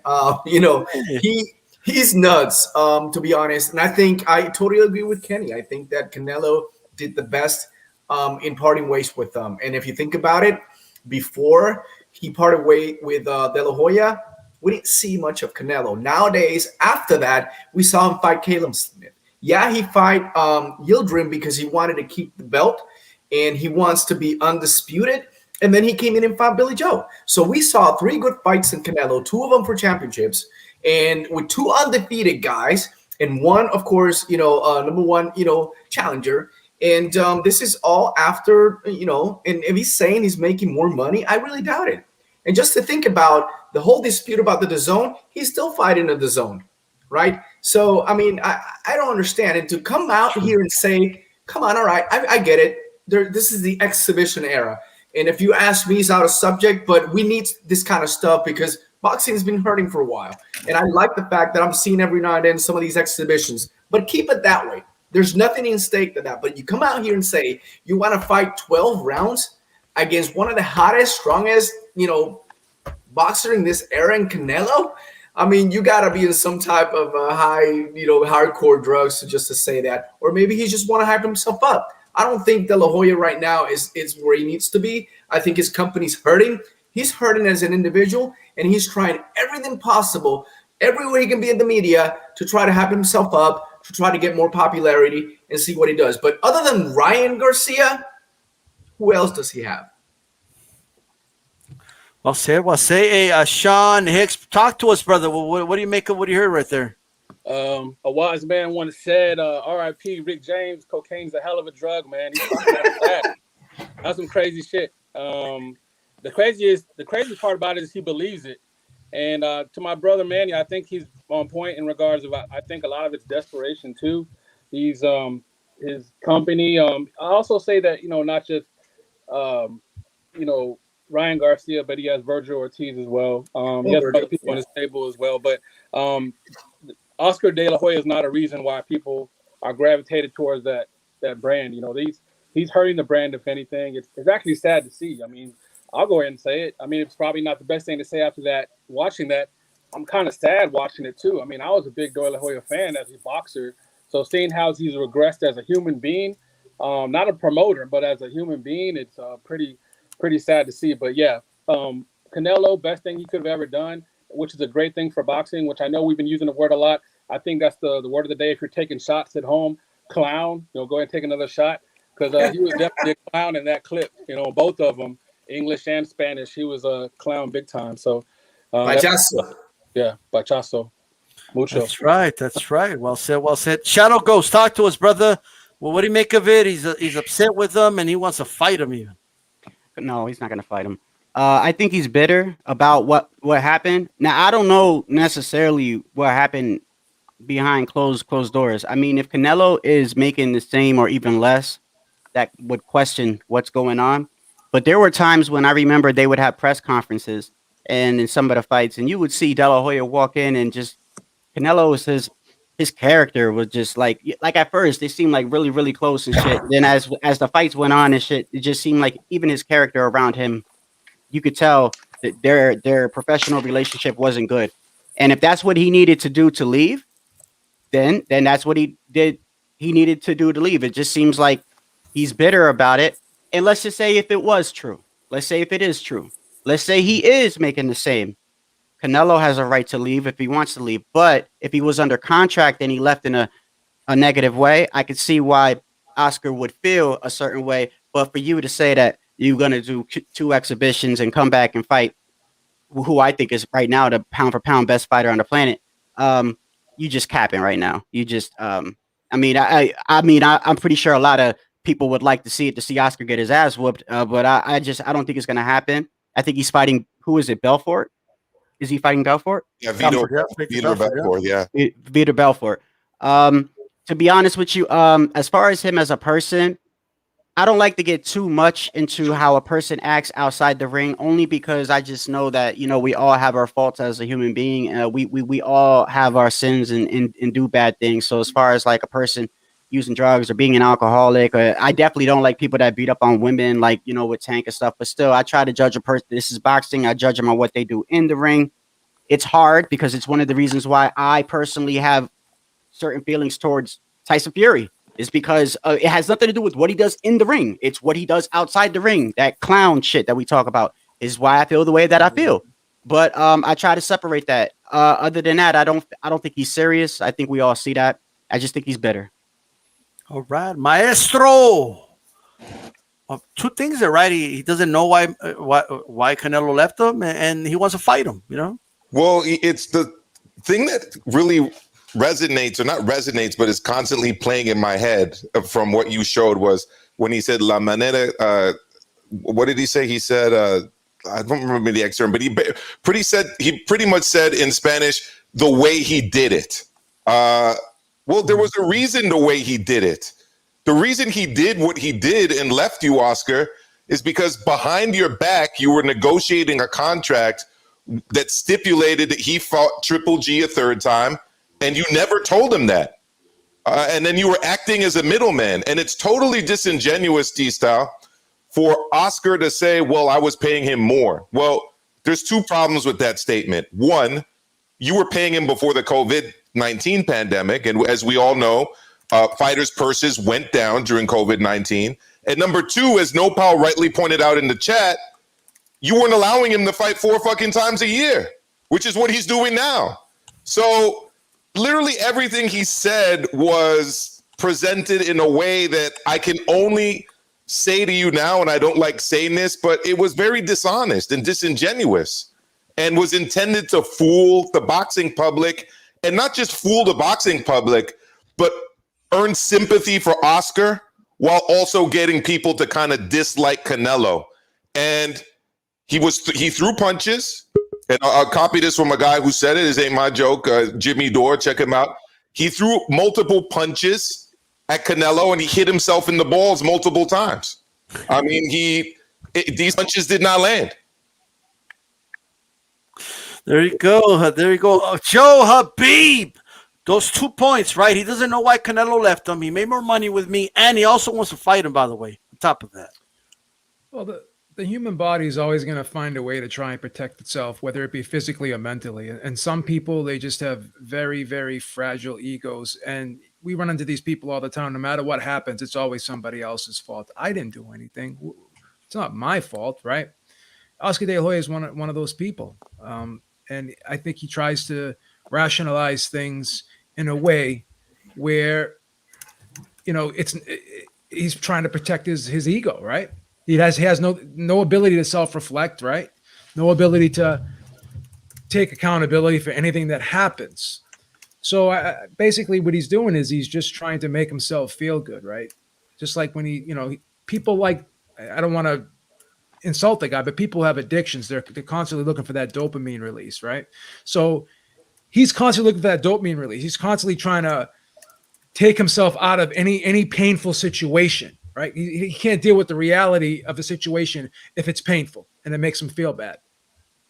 So this is one of those situations, and he's trying to rationalize it away. Deep down inside, he knows he's being disingenuous, but knowing that, the truth hurts him, so he has to go with the pretty lie instead of the ugly truth. He knows what happened. He knows what he did. Obviously, Canelo could never go back with him because he can't trust him. Yeah. The trust was broken. So once that's broken, you can't have a business relationship with someone because you'll never know when they're going to deceive you again. So I just think that a lot of this is just De La Hoya having his mental issues and his addiction issues and all that stuff. So I think that's the problem here. Yeah. Okay, right. Nancy, what do you make of De La Hoya's album? I know you were a big fan. No. What do you make of what you heard right there? Yeah. So, I have to, I'm not even going to front because, man, I was a hardcore Oscar fan. Like, Me too. Posters in the dorm, like just, fangirl to the max. And it was not just for him as a boxer, but also like it was mentioned earlier, it's that boxer story right outside the ring. So, but current situation, and maybe he needs to go back to his singing career. Grammy award winning. No. I know, right? It's better than getting destroyed by Canelo, right? I gotta say he's got a good mentor next to it. Puerto Rican Milly Corregel. She's a merengue singer and sings well, but no. So anyway, as someone reminded me that he'd won a Grammy for that. I remember I disowned him for a while when he came out with a CD. So anywho, okay. So I do think specifically with regards to the money-making situation and Canelo and all of that. So I do remember reading that a comment was made that Canelo was upset, last year, right? COVID hits, and Canelo was upset that he wasn't getting the fight schedule that he wanted, money, etc. Uh-oh, left us. Oh, she froze up right there. I believe the direct quote was "La manera como lo que hizo," the way that he did it. La manera lo que hizo. But here's, I know she got Yes. frozen. I mean, it was ridiculous, right? Yeah, but here's the deal. Miguel, what's his name? Miguel works with Boxeo Telemundo. Had an interview him back around sometime in April, and he was very. I'm sorry, she's back again. I'll talk about it. Go ahead, Nancy. I'm so sorry. I did, for those commenting, I paid the bill, y'all. I have no idea why I keep dropping. I'm so sorry, Eric. So he made that comment, right? And I remember thinking, right, as someone that I'm in corporate America, and I keep thinking, well, be realistic, right? What can he really get you this year? All right. Well, I think we got it though, right? I think we got it. Yeah, I think it is, but I want to say something real quickly. So Canelo got interviewed sometime around April with Miguel Gurwiz, Boxeo Telemundo, and I've never seen Canelo being so like upfront and like really like letting his emotions out. When I watched that interview, you can guys Google it and watch it. But he said something important that you mentioned: trust. There was no trust. They did great things together, and that's what I like about his honesty. Is saying that him and Canelo, they did great things together. Something that De La Hoya doesn't acknowledge, but that's besides the point. But the next thing he said, for 2 to 3 years, all I heard was different stories. All I heard was me, myself, and Oscar De La Hoya or Golden Boy. And he was never sincere about those kind of things. And the last thing about it, he was more concerned and worried about his drinking pattern and everything he did behind the scenes that he didn't really promote, nor he want to be associated with. And it's a great, I mean, I've never seen him so honest talking about that. I'm a fan of De La Hoya until he fought Tito Trinidad, of course, but I've always been a fan of him. He's always been like the golden boy, right? It's like the kid that we want to watch boxing. We pay whatever pay-per-view, kid to make $20 million per fight back in the days. I mean, that was huge. That's what really grew boxing back in the 1990s. And it's a shame to kind of see him that way. And it's also a shame him not giving props to those who work with, and they created something amazing like he did with Canelo. And he's bashing them. I don't understand why. Yeah, well said, brother. Shout out to the chat, by the way. 82 votes, I'm sorry. 82 votes. Yes. Do you think Fury found the way out of the trilogy? 43% yes, 57% no. All right. That's the poll so far. You guys can keep voting if you want. All right. I want to go ahead and proceed to the another quick question for you guys, if you guys don't mind, of course. You know what I mean? Shadow Ghost, are you watching the UFC event with McGregor Poirier? Do you care? Are you buying it? I can't hear you, brother. You're muted. No, I said I ain't buying it, but I watch it. Okay. You know, UFC. I always say all the time. I say, look, I don't report UFC because I don't know a lot about it. I don't like the word casual. I really don't. I try not to use it as much. But yeah, I am a casual when it comes to UFC because I only know like Israel Adesanya, McGregor, like the champions and stuff. I don't know the guys in the weight class. But I will say this: McGregor is good for the sport, for their sport. You know, he's like he's like the cash cows there. I will be watching it when he fights, when Adesanya fights, when what's the guy's name? The other guy, the heavyweight, Ngannou, and the other one, the Usman, and Usman. When those guys fight, I'll watch those fights. You know what I mean? But I don't watch I'm not the one that's watching the every weekend regular fights. These, you know, like I'll watch every boxing fight though. You know what I mean? Like I don't care who's watching. If I see I got this IP, sort of like I have cable, and then I also have DAZN and ESPN app, and I have other sources. But on my IP service, I have this 24-hour boxing channel, and it's showing. Sometimes it shows live fights from other venues, but for the most part, it shows fights that have always happened. But it's 24-hour boxing, and my TV is just always on that. So it's like I'll watch it. I think they're good for the sport, and okay. As far as who's gonna win, I don't know. All right, yeah, fair enough. Are you gonna watch it over boxing? Oh no, wait, is that on the same time? Who's fighting that night? Zurdo, Ramirez, and Sullivan Barrera. No, that's tomorrow. No, they moved That's it to tomorrow, Friday. Yeah, That's they moved Friday. that one. Yeah. Did they? Yeah. Actually, Friday, tomorrow. I heard. Okay, my bad. Okay, my bad. Hey, you guys just matter of fact, that just reminded me. Is it true? Good. This is a perfect place to ask. I heard that the Zone is bringing back fights on Fridays. Is that true? That's tomorrow. Starting tomorrow.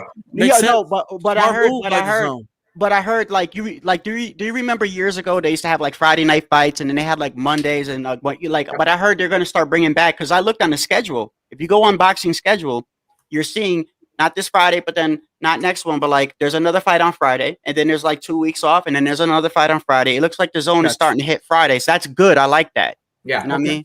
But D Styles, if there's ever like a UFC at the same time as boxing, I'm watching boxing. Yeah. All right. That's a real boxing head answer right there. You know what I mean? Not like Beeb will betray boxing if it's McGregor. You know what I mean? Like no, but Beeb, are you interested in this fight? Are you gonna buy this fight? What's going on? McGregor Poirier 3. I'm not interested in it, and I will not buy it. Damn. Okay. All right. What about you, Nancy? Not gonna watch it. I'm not gonna watch it. I mean, I can't do UFC. I'm sorry. Like and I've been told, like, how can you like boxing and not like UFC? I don't know. Like, to me, boxing has structure. Like, I don't. You don't like the bicycle shorts and all that. I don't. No me gusta. You know, ahí todos calzonudos. I'm not doing that. Yeah. So the answer is no. Gotcha. All right. New media today, USA Boxing with a super chat. Let me go ahead and read that. Keep up with the good work, brother, at DStyleBoxing. I appreciate the support, brother. All right. Keep up the good work yourself. All right. Keep up the good work yourself. Manny, talk to us, brother. Are you interested in this UFC? Are you a UFC guy as well? Or is it boxeo 100%? Soy 100% boxeo, pero como dicen mis amigos, my friends, they say, well, I know a guy that talks boxing and he always orders the pay-per-view, right? And they come over and watch boxing with me, but I say the same thing. I got a lot of UFC guys fight, UFC fans. They're going to order the pay-per-view, and I'm going to go over there and watch it. Kind of spending the nickel and dime on them. But the reality is you got to watch, like he said earlier, I mean, McGregor is the star of USC.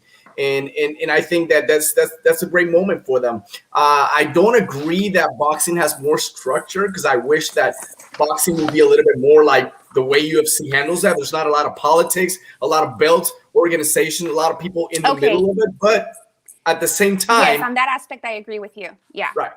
But at the same time, I'm a boxer junkie for life, and doesn't matter if my sport's hurting right now, I'm still going to support it. But hey, that's a contact sport. I'll go ahead and support it with my friends that they support me. There we go. Milcar, do you care? Will you buy? And if so, who do you have winning that fight?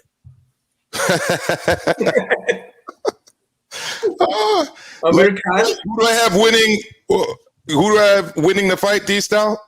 Mira. Damn! I mean, we didn't ban cussing on the show. Con mi amigo hermano G Funky. I'm 100% in agreement with him. I don't care about the UFC. Yeah. And one of the reasons I don't like the UFC and I actually favor Bellator is because they don't counter program boxing.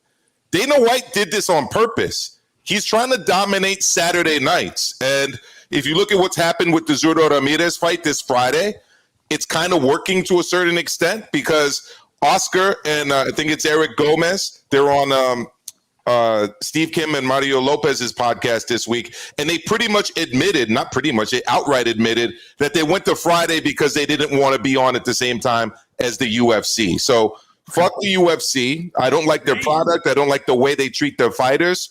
They pay them a super low percentage of the profits that they make, especially compared to boxing. And no, I'm never gonna do that. I'm a working class dude. I support my working class brothers and sisters, right? I want to see the fighters collecting the vast majority of the money that they generate.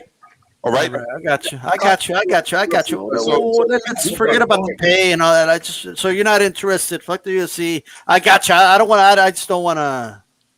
Then we're gonna start talking about unions and we're good. I'm in a union. I'm in a union. But here we go. Hey, strike. John Gringo Hicks, are you interested in the UFC event? McGregor Poirier 3. I'm gonna go ahead and make it 3 in a row. Fuck the UFC. I have no interest. Whoa. Yeah. Just like that. So let's do this. Let's talk about the fight that got moved to Friday. We're going to have a nice Friday night of boxing. Zurdo Ramirez against Sullivan Barrera. Really quick, Beeb, who do you have winning that fight, brother? I have Ramirez winning that fight. I think Barrera is on the other side of his career right now. I think Ramirez's pressure. I think his punching power. I think his body shots. I think his inside game, because Barrera likes space, but he doesn't deal with pressure very well, right? So I think that Ramirez will overpower him and wear him down. He'll probably stop him maybe in about 9 rounds. All right, okay. Shadow Ghost, who do you got in this fight, brother? Zurdo Ramirez, Sullivan, Barrera. I'd probably go with Ramirez. I agree with him. The pressure's going to get him. Yeah. First you're gonna get him. Okay, all right. Manny, talk to us about this fight, bro. What intrigues you about this fight, if it does, and who do you have winning this fight and how? I'm excited about this fight. First of all, we missed Ramirez when he was out for a couple times. Came back. Fought El Tigre Lopez. Shout out to El Tigre. Houston, Texas. And he proved that he still belongs in the game, and he wants to be, light heavyweight champion. And I think he's going to have an opportunity. I think that division is going to bring a lot of excitement. I mean, I think Ramirez and Alberto, who knows? Very interesting, though. Ramirez decided to go on his own, and now he's fighting in the zone, and, Oscar De La Hoya. So I don't know. I mean, this is very interesting to see how Ramirez, gets the fights that he wants. And I honestly want to see him as a champion or even fighting with the top champions at the light heavyweight. Well said. Sean Hicks, talk to us, brother. Who do you have in this fight? Pressure breaks pipes, but it also breaks over-the-hill fighters. So I think I got Ramirez winning. It's going to be pressure breaking him down late. Habib on that one. I think it's going to be like an 8th or 9th round stoppage. There's just too much pressure is going to be applied to him, and it's not going to work well for Barrera. So I got him winning and taking that one away pretty easily. And I think that it's going to be a good marriage or partnership for Ramirez going with DAZN. I know that DAZN actually wanted to take the Ramirez Lopez fight, and they actually wanted on the Canelo undercard, but instead they moved the fight. Ramirez and Lopez moved their fight to Friday, the day before, on the Fight TV network. So that should work out pretty well for them. But yeah, I'm real quick on that. I like the Friday cards. The only thing I like better than Friday cards is Saturday afternoon cards. Love them bitches. I love them too. That's why I like the fights in the UK. Absolutely. And Nancy, Zurdo Ramirez against Sullivan Barrera. What we got? Yeah. I've seen Zurdo live, so I've gone to some of his fights. I like the guy. I think he's gonna do okay.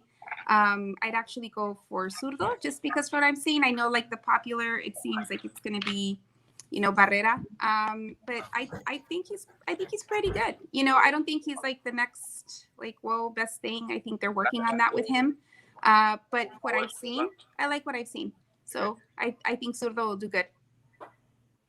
So, Maestro, who do you got in this fight, brother?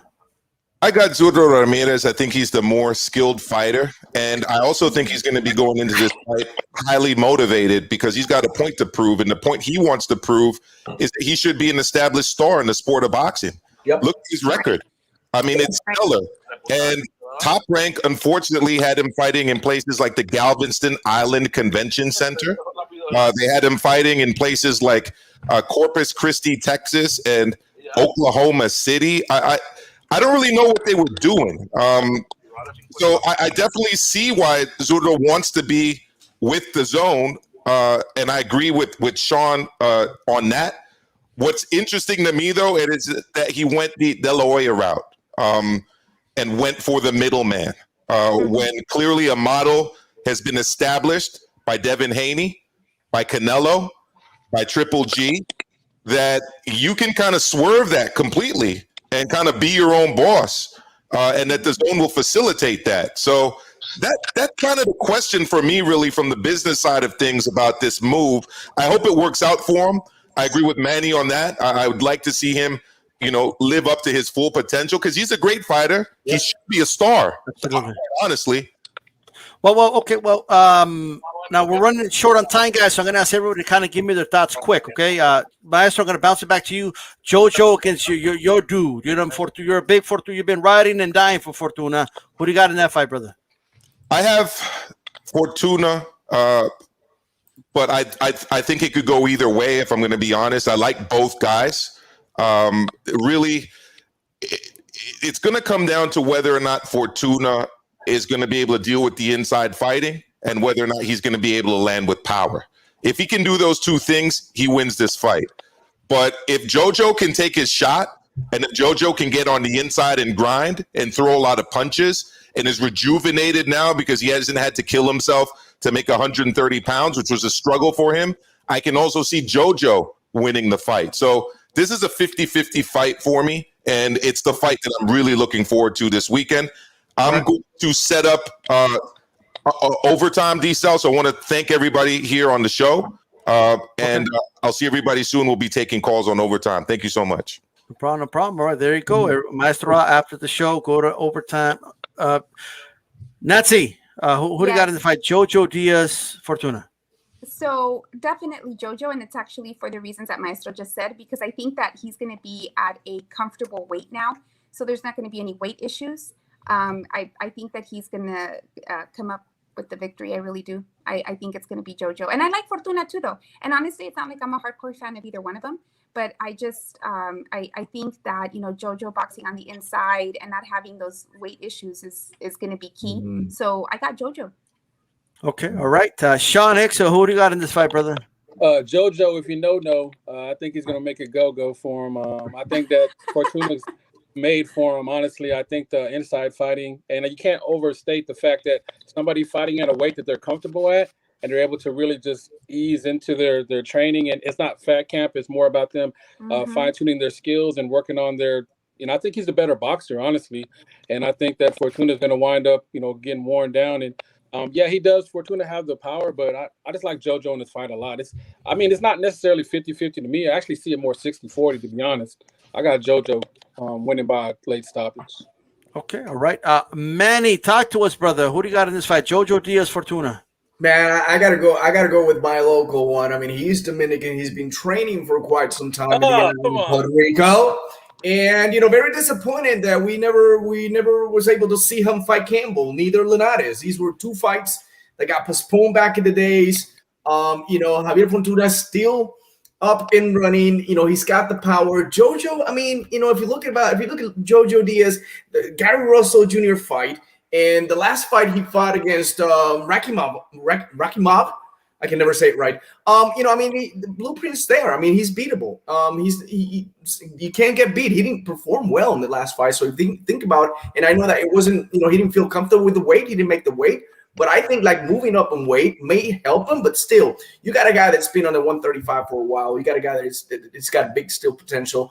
And I'm just gonna go 55-45, and I'm gonna stick with Fortuna. All right, there we go. Shadow Ghost. Who do you got in that fight, brother?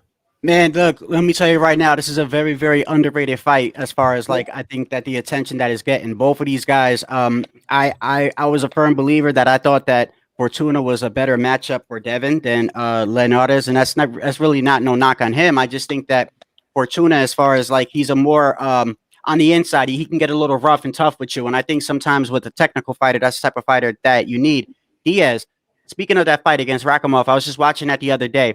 Yeah, he had problems making weight, but even in that fight, he faded on the later half of that fight. But on the first 6 rounds of that fight, JoJo Diaz, he's very accurate. His accuracy just doesn't have a lot of, to me, he doesn't have a lot of pop. He doesn't have that KO knockout power. But he's a very good boxer. He's very accurate. And the fact that he's moving up in weight, maybe that he'll be more comfortable. He'll be more comfortable with himself. He maybe won't fade down the stretch.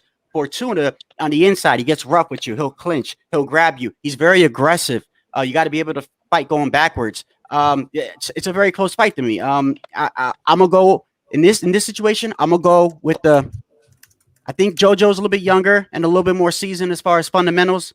I always lean when it's a close fight. I try to go with that. But this is boxing. But I'm gonna say JoJo. I'm gonna say JoJo by decision.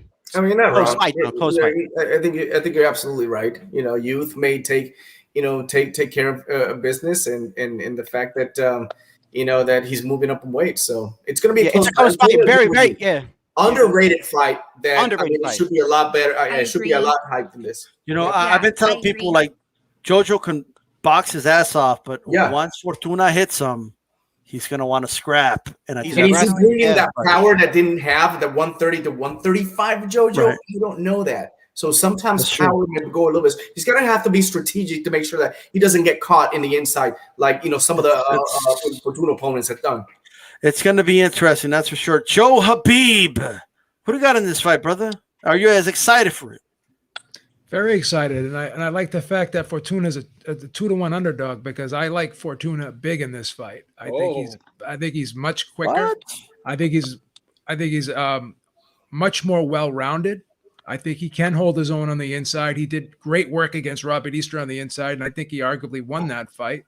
But he's got great movement. He can go in, throw his combinations, and he can dash out of the pocket. He doesn't stay in there too long. He knows when to fight and when to get out and reset. And I think JoJo isn't the quickest guy on his feet. He's a good inside fighter, but sometimes he has a hard time getting there. And we saw that against Gary Russell. Gary Russell was able to really keep him at an arm's length because they hand and foot speed troubled him. And I think Fortuna can do exactly the same things that Gary Russell did.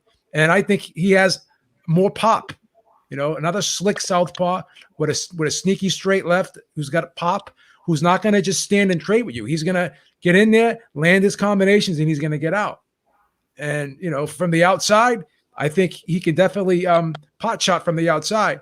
So I think Diaz has to get close, but the question is, can he get close? Will he be able to track him, Fortuna down? A guy who's not going to just stand there and trade with you, a guy who's constantly going to be sliding back, and you're going to have to be coming forward. Because Fortuna is also a great counterpuncher as well. Mm-hmm. So I think Fortuna is going to box his ears off, in my opinion. He's at 1 point, so we can't take that away from him. Regardless how old he is, he still has that opportunity. I don't think he'll be able to beat some of the champions. I think if he beats JoJo, an interim champion, it's great, but I think it's a great step for him to keep him motivated. And actually, he's helping a lot of young, talented, Puerto Rican prospects in Puerto Rico, sparring with them. He's doing great in the community. That's kind of like why I'm leaning towards him as well. Yeah, another thing. Oh, I'm sorry. I was just going to say another thing with JoJo. The one thing I noticed about JoJo, and maybe it's because of the people that he's fought, but and I always say this is not a great quality to have, but it's always a good quality to fall on is your chin. To me, when people say, "Oh, he's got a great chin," I'm like, "Well, you shouldn't be getting hit that much." Right. He gets hit a lot. He gets hit a lot. Right. He doesn't move his head very well. He doesn't move his head very well. Your defense should be able to help you. Like, if somebody says, "Oh, my chin is the best," well, bro, okay, well, that shouldn't be. That's not a great. You should be blocking punches. Bro. But I will say, I think JoJo has a pretty good chin. Fortuna can bang. As far the pause, but in the inside, in the inside, I just think. But this is I'm excited to see this fight because both guys have their. I think their styles complement each other in the ring, and so I think it's gonna be a good fight, man. Yeah, I agree with Manny. Like, I feel like this was a bit like it was underrated. It really should have been promoted so much more than it did.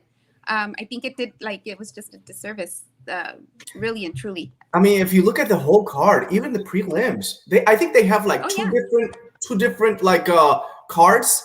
They have one in the afternoon because it's in LA, and then the main night at night. And you got Sinisa coming in. You have also Tanahara.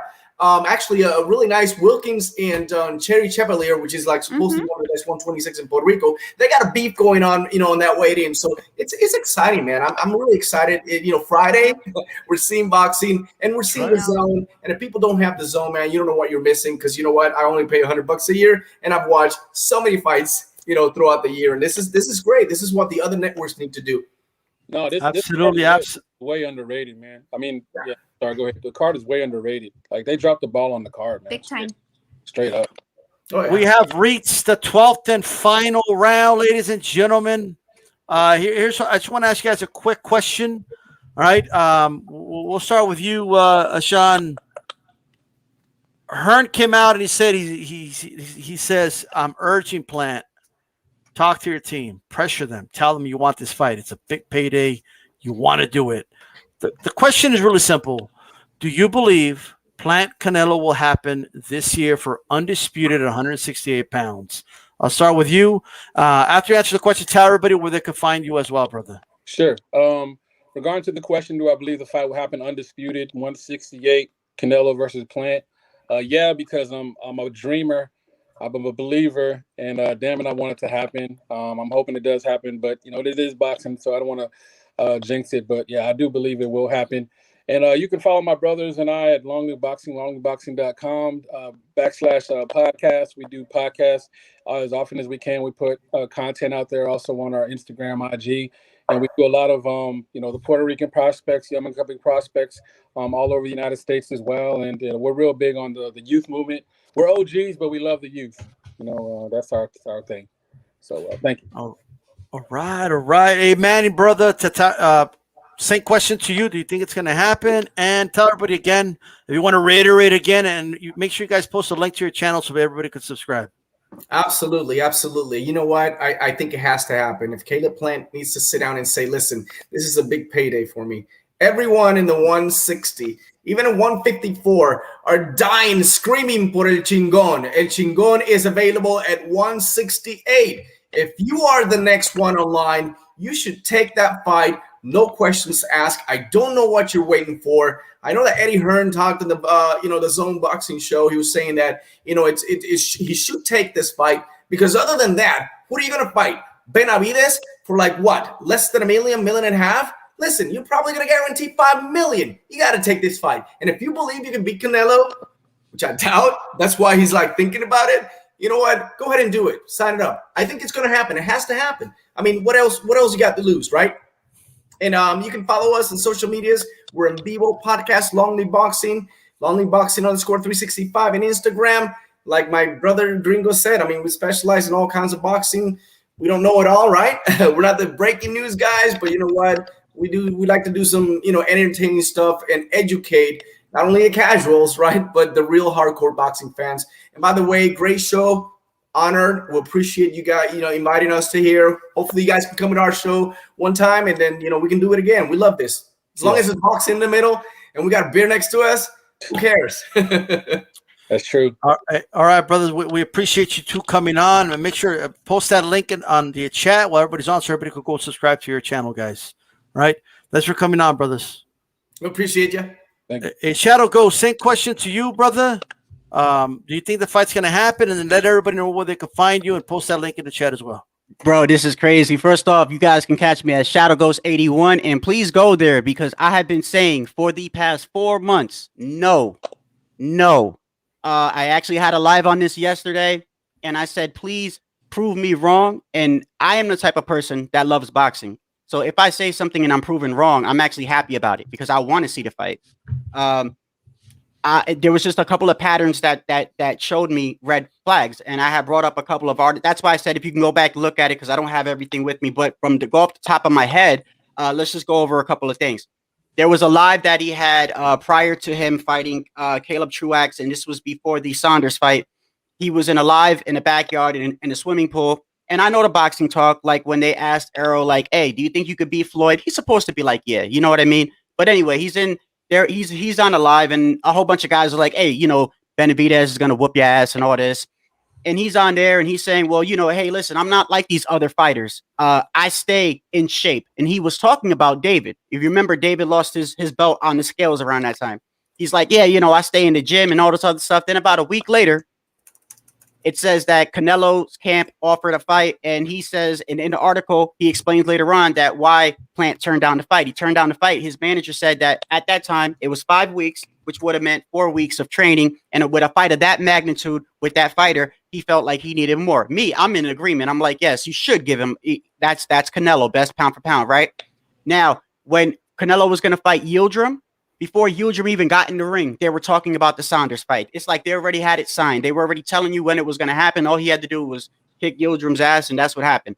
Okay. Then when he beat Saunders, Hearn had to go into the ring and sort of like put pressure on Plant. And you could tell he didn't even talk to them yet because he said, I'm going to reach out. There's no reason why this fight shouldn't happen.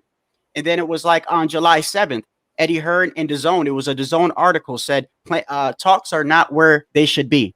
And then it was like on July 4th, Plant comes out and says, he tweets, please don't listen to what people are saying, please, about this fight not happening. But then the very same day, it comes out that Canelo is saying, or sources are saying, if this fight doesn't fall through, we're gonna fight a Better Beef and Charlo over a Triple G, which shows me that they're like trying to like show their card, like, bro, you're about to talk your way out of a fight. Here goes the thing, bro. You got the last belt, right? 8-10 million or whatever. Then and then to go back, Eddie Hearn, then it came out yesterday or the day before. It said that he offers Plant a deal. He didn't disclose how much, but we're thinking about 8 or 10 million. And my thing is, if the first time you didn't take it was because of time, look at where we're at. Today's the 8th. They're aiming for around September 11th or 18th. So it doesn't. I hope it happens, but I'm not sure. I don't think it is. But if it is, prove me wrong. You want to be wrong, right? Absolutely. I want to be wrong. D-Styles, and this time I want to be wrong, but I'm just telling you, Caleb is always talking about his hands. He says he wants to unify and everything, but then he mentions his hands, even with the Caleb Truax fight right after he mentions his hands. It's just like, for this fight of this magnitude, it should have been announced a long time ago. And if you're talking about time is the issue that you need to prepare, look at the time. Absolutely, brother. Hey, man, I appreciate you coming on, brother. Don't forget to post your link on the chat there. Yes, sir. And, thank you. I appreciate everybody for having me on. Thank you, man. It was a pleasure. Anytime, man. Just let me know. Absolutely, brother. Have a good one, brother. Shadow Ghost 81. Everybody follow him. Nancy, just, what do you think? Is the fight going to happen? And let everybody know where they can find you.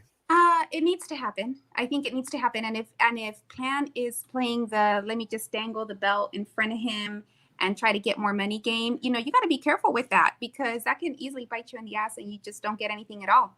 Right. So if that's the reason, right, I'm saying if that's the reason why, there's a delay in making it official. But I think it needs to happen. I think that, Canelo needs to, pick that up before he goes on to the next. It's kind of like the Mario Brothers game. You got to get all the coins before you go to the next level. This is that one coin, that he needs to make sure to collect. So that's my hope. I hope that it does happen. I have to tell you, this show has the best fans, the best viewers, because I was cracking up. Thank you for being patient with me. I have no idea, absolutely no idea why I kept getting disconnected. But I was telling everybody I'm going to go live from Taco Bell, because Taco Bell probably has better Wi-Fi than I do right now. So next time I'll go live from Taco Bell. So thank y'all so much for having me. You can follow me at Boxing Republic. I'm on every Wednesday night with the ladies of Women Crushing It Wednesday, and that show is on In the Ring with Christine's YouTube channel. So please make sure that you're following her for the purpose of the show, but also because she's just on this amazing journey with the Olympics out in Tokyo. So please make sure that you're following her. You can follow me at Boxing Republic and follow my journey as I work to build a nonprofit. So a 501c3. I'm just a fan like everybody on here, and I'm looking to do some good in the boxing community. So y'all follow me. Let's be more than fans and follow my journey. And thank y'all so much again. Absolutely, had so much fun being on this show. And I appreciate everybody's patience today with my Wi-Fi shenanigans. Don't worry about it. It's all good, Nancy. Have a good one, Nancy. Look forward to having you back on. Thank you. Bye, yep. And everybody make sure that you go into overtime after this. So absolutely. All right, there you go. Joe Habib. First of all, let me just read this really quick. Shout out to Coco the Don. It says, D-Style, can you please read my previous comment? I appreciate the support, brother. All right, so let me read it. How much coincidence that Fury Lopez fight go down to Rona? Very suspicious. Hashtag top rank, because they got him. That's why they got him. Joe Habib, brother, is this fight going to happen? Is Caleb Plant going to get in the ring with Canelo? Yes or no? Well, what do you think? No, I 100% think this fight will not happen next. I think Canelo will fight. I think Canelo Alvarez will fight Better Be if next, and I don't really hate that. I think that's an awesome fight too. I actually say something ridiculous. I actually like that fight better than the Caleb Plant fight. I think it'll be more competitive. I still think Canelo will win it though, but it'll just be more interesting because he's going up in weight. And I think it's a good fight. But Caleb Plant, no, not going to fight him next. They already have other plans. All right. Fair enough. And let everybody know where they could find you, man. I mean, man, you're on with Nestor Gibbs now. Like, he's showing up. We're reunited, and it feels so good. You know what I mean? What's going on? I'm busy now, man. I'm all over the place. You can find me at Ringside Reporter Live here on YouTube. You can find me at JHabib1 on Twitter, Joe Habib on Facebook, Joe Habib on Instagram. Make sure you give us a follow, and make sure you check us out every Sunday at 7 p.m. Eastern time. This will be the last week we're going to be on at 7. Now, the next following Sunday, we're going to start going on at 6 p.m. Eastern time. So make sure you check us out. Here we go. Joe Habib, everybody. This is DStyleBoxing. Keep it boxing. We're out.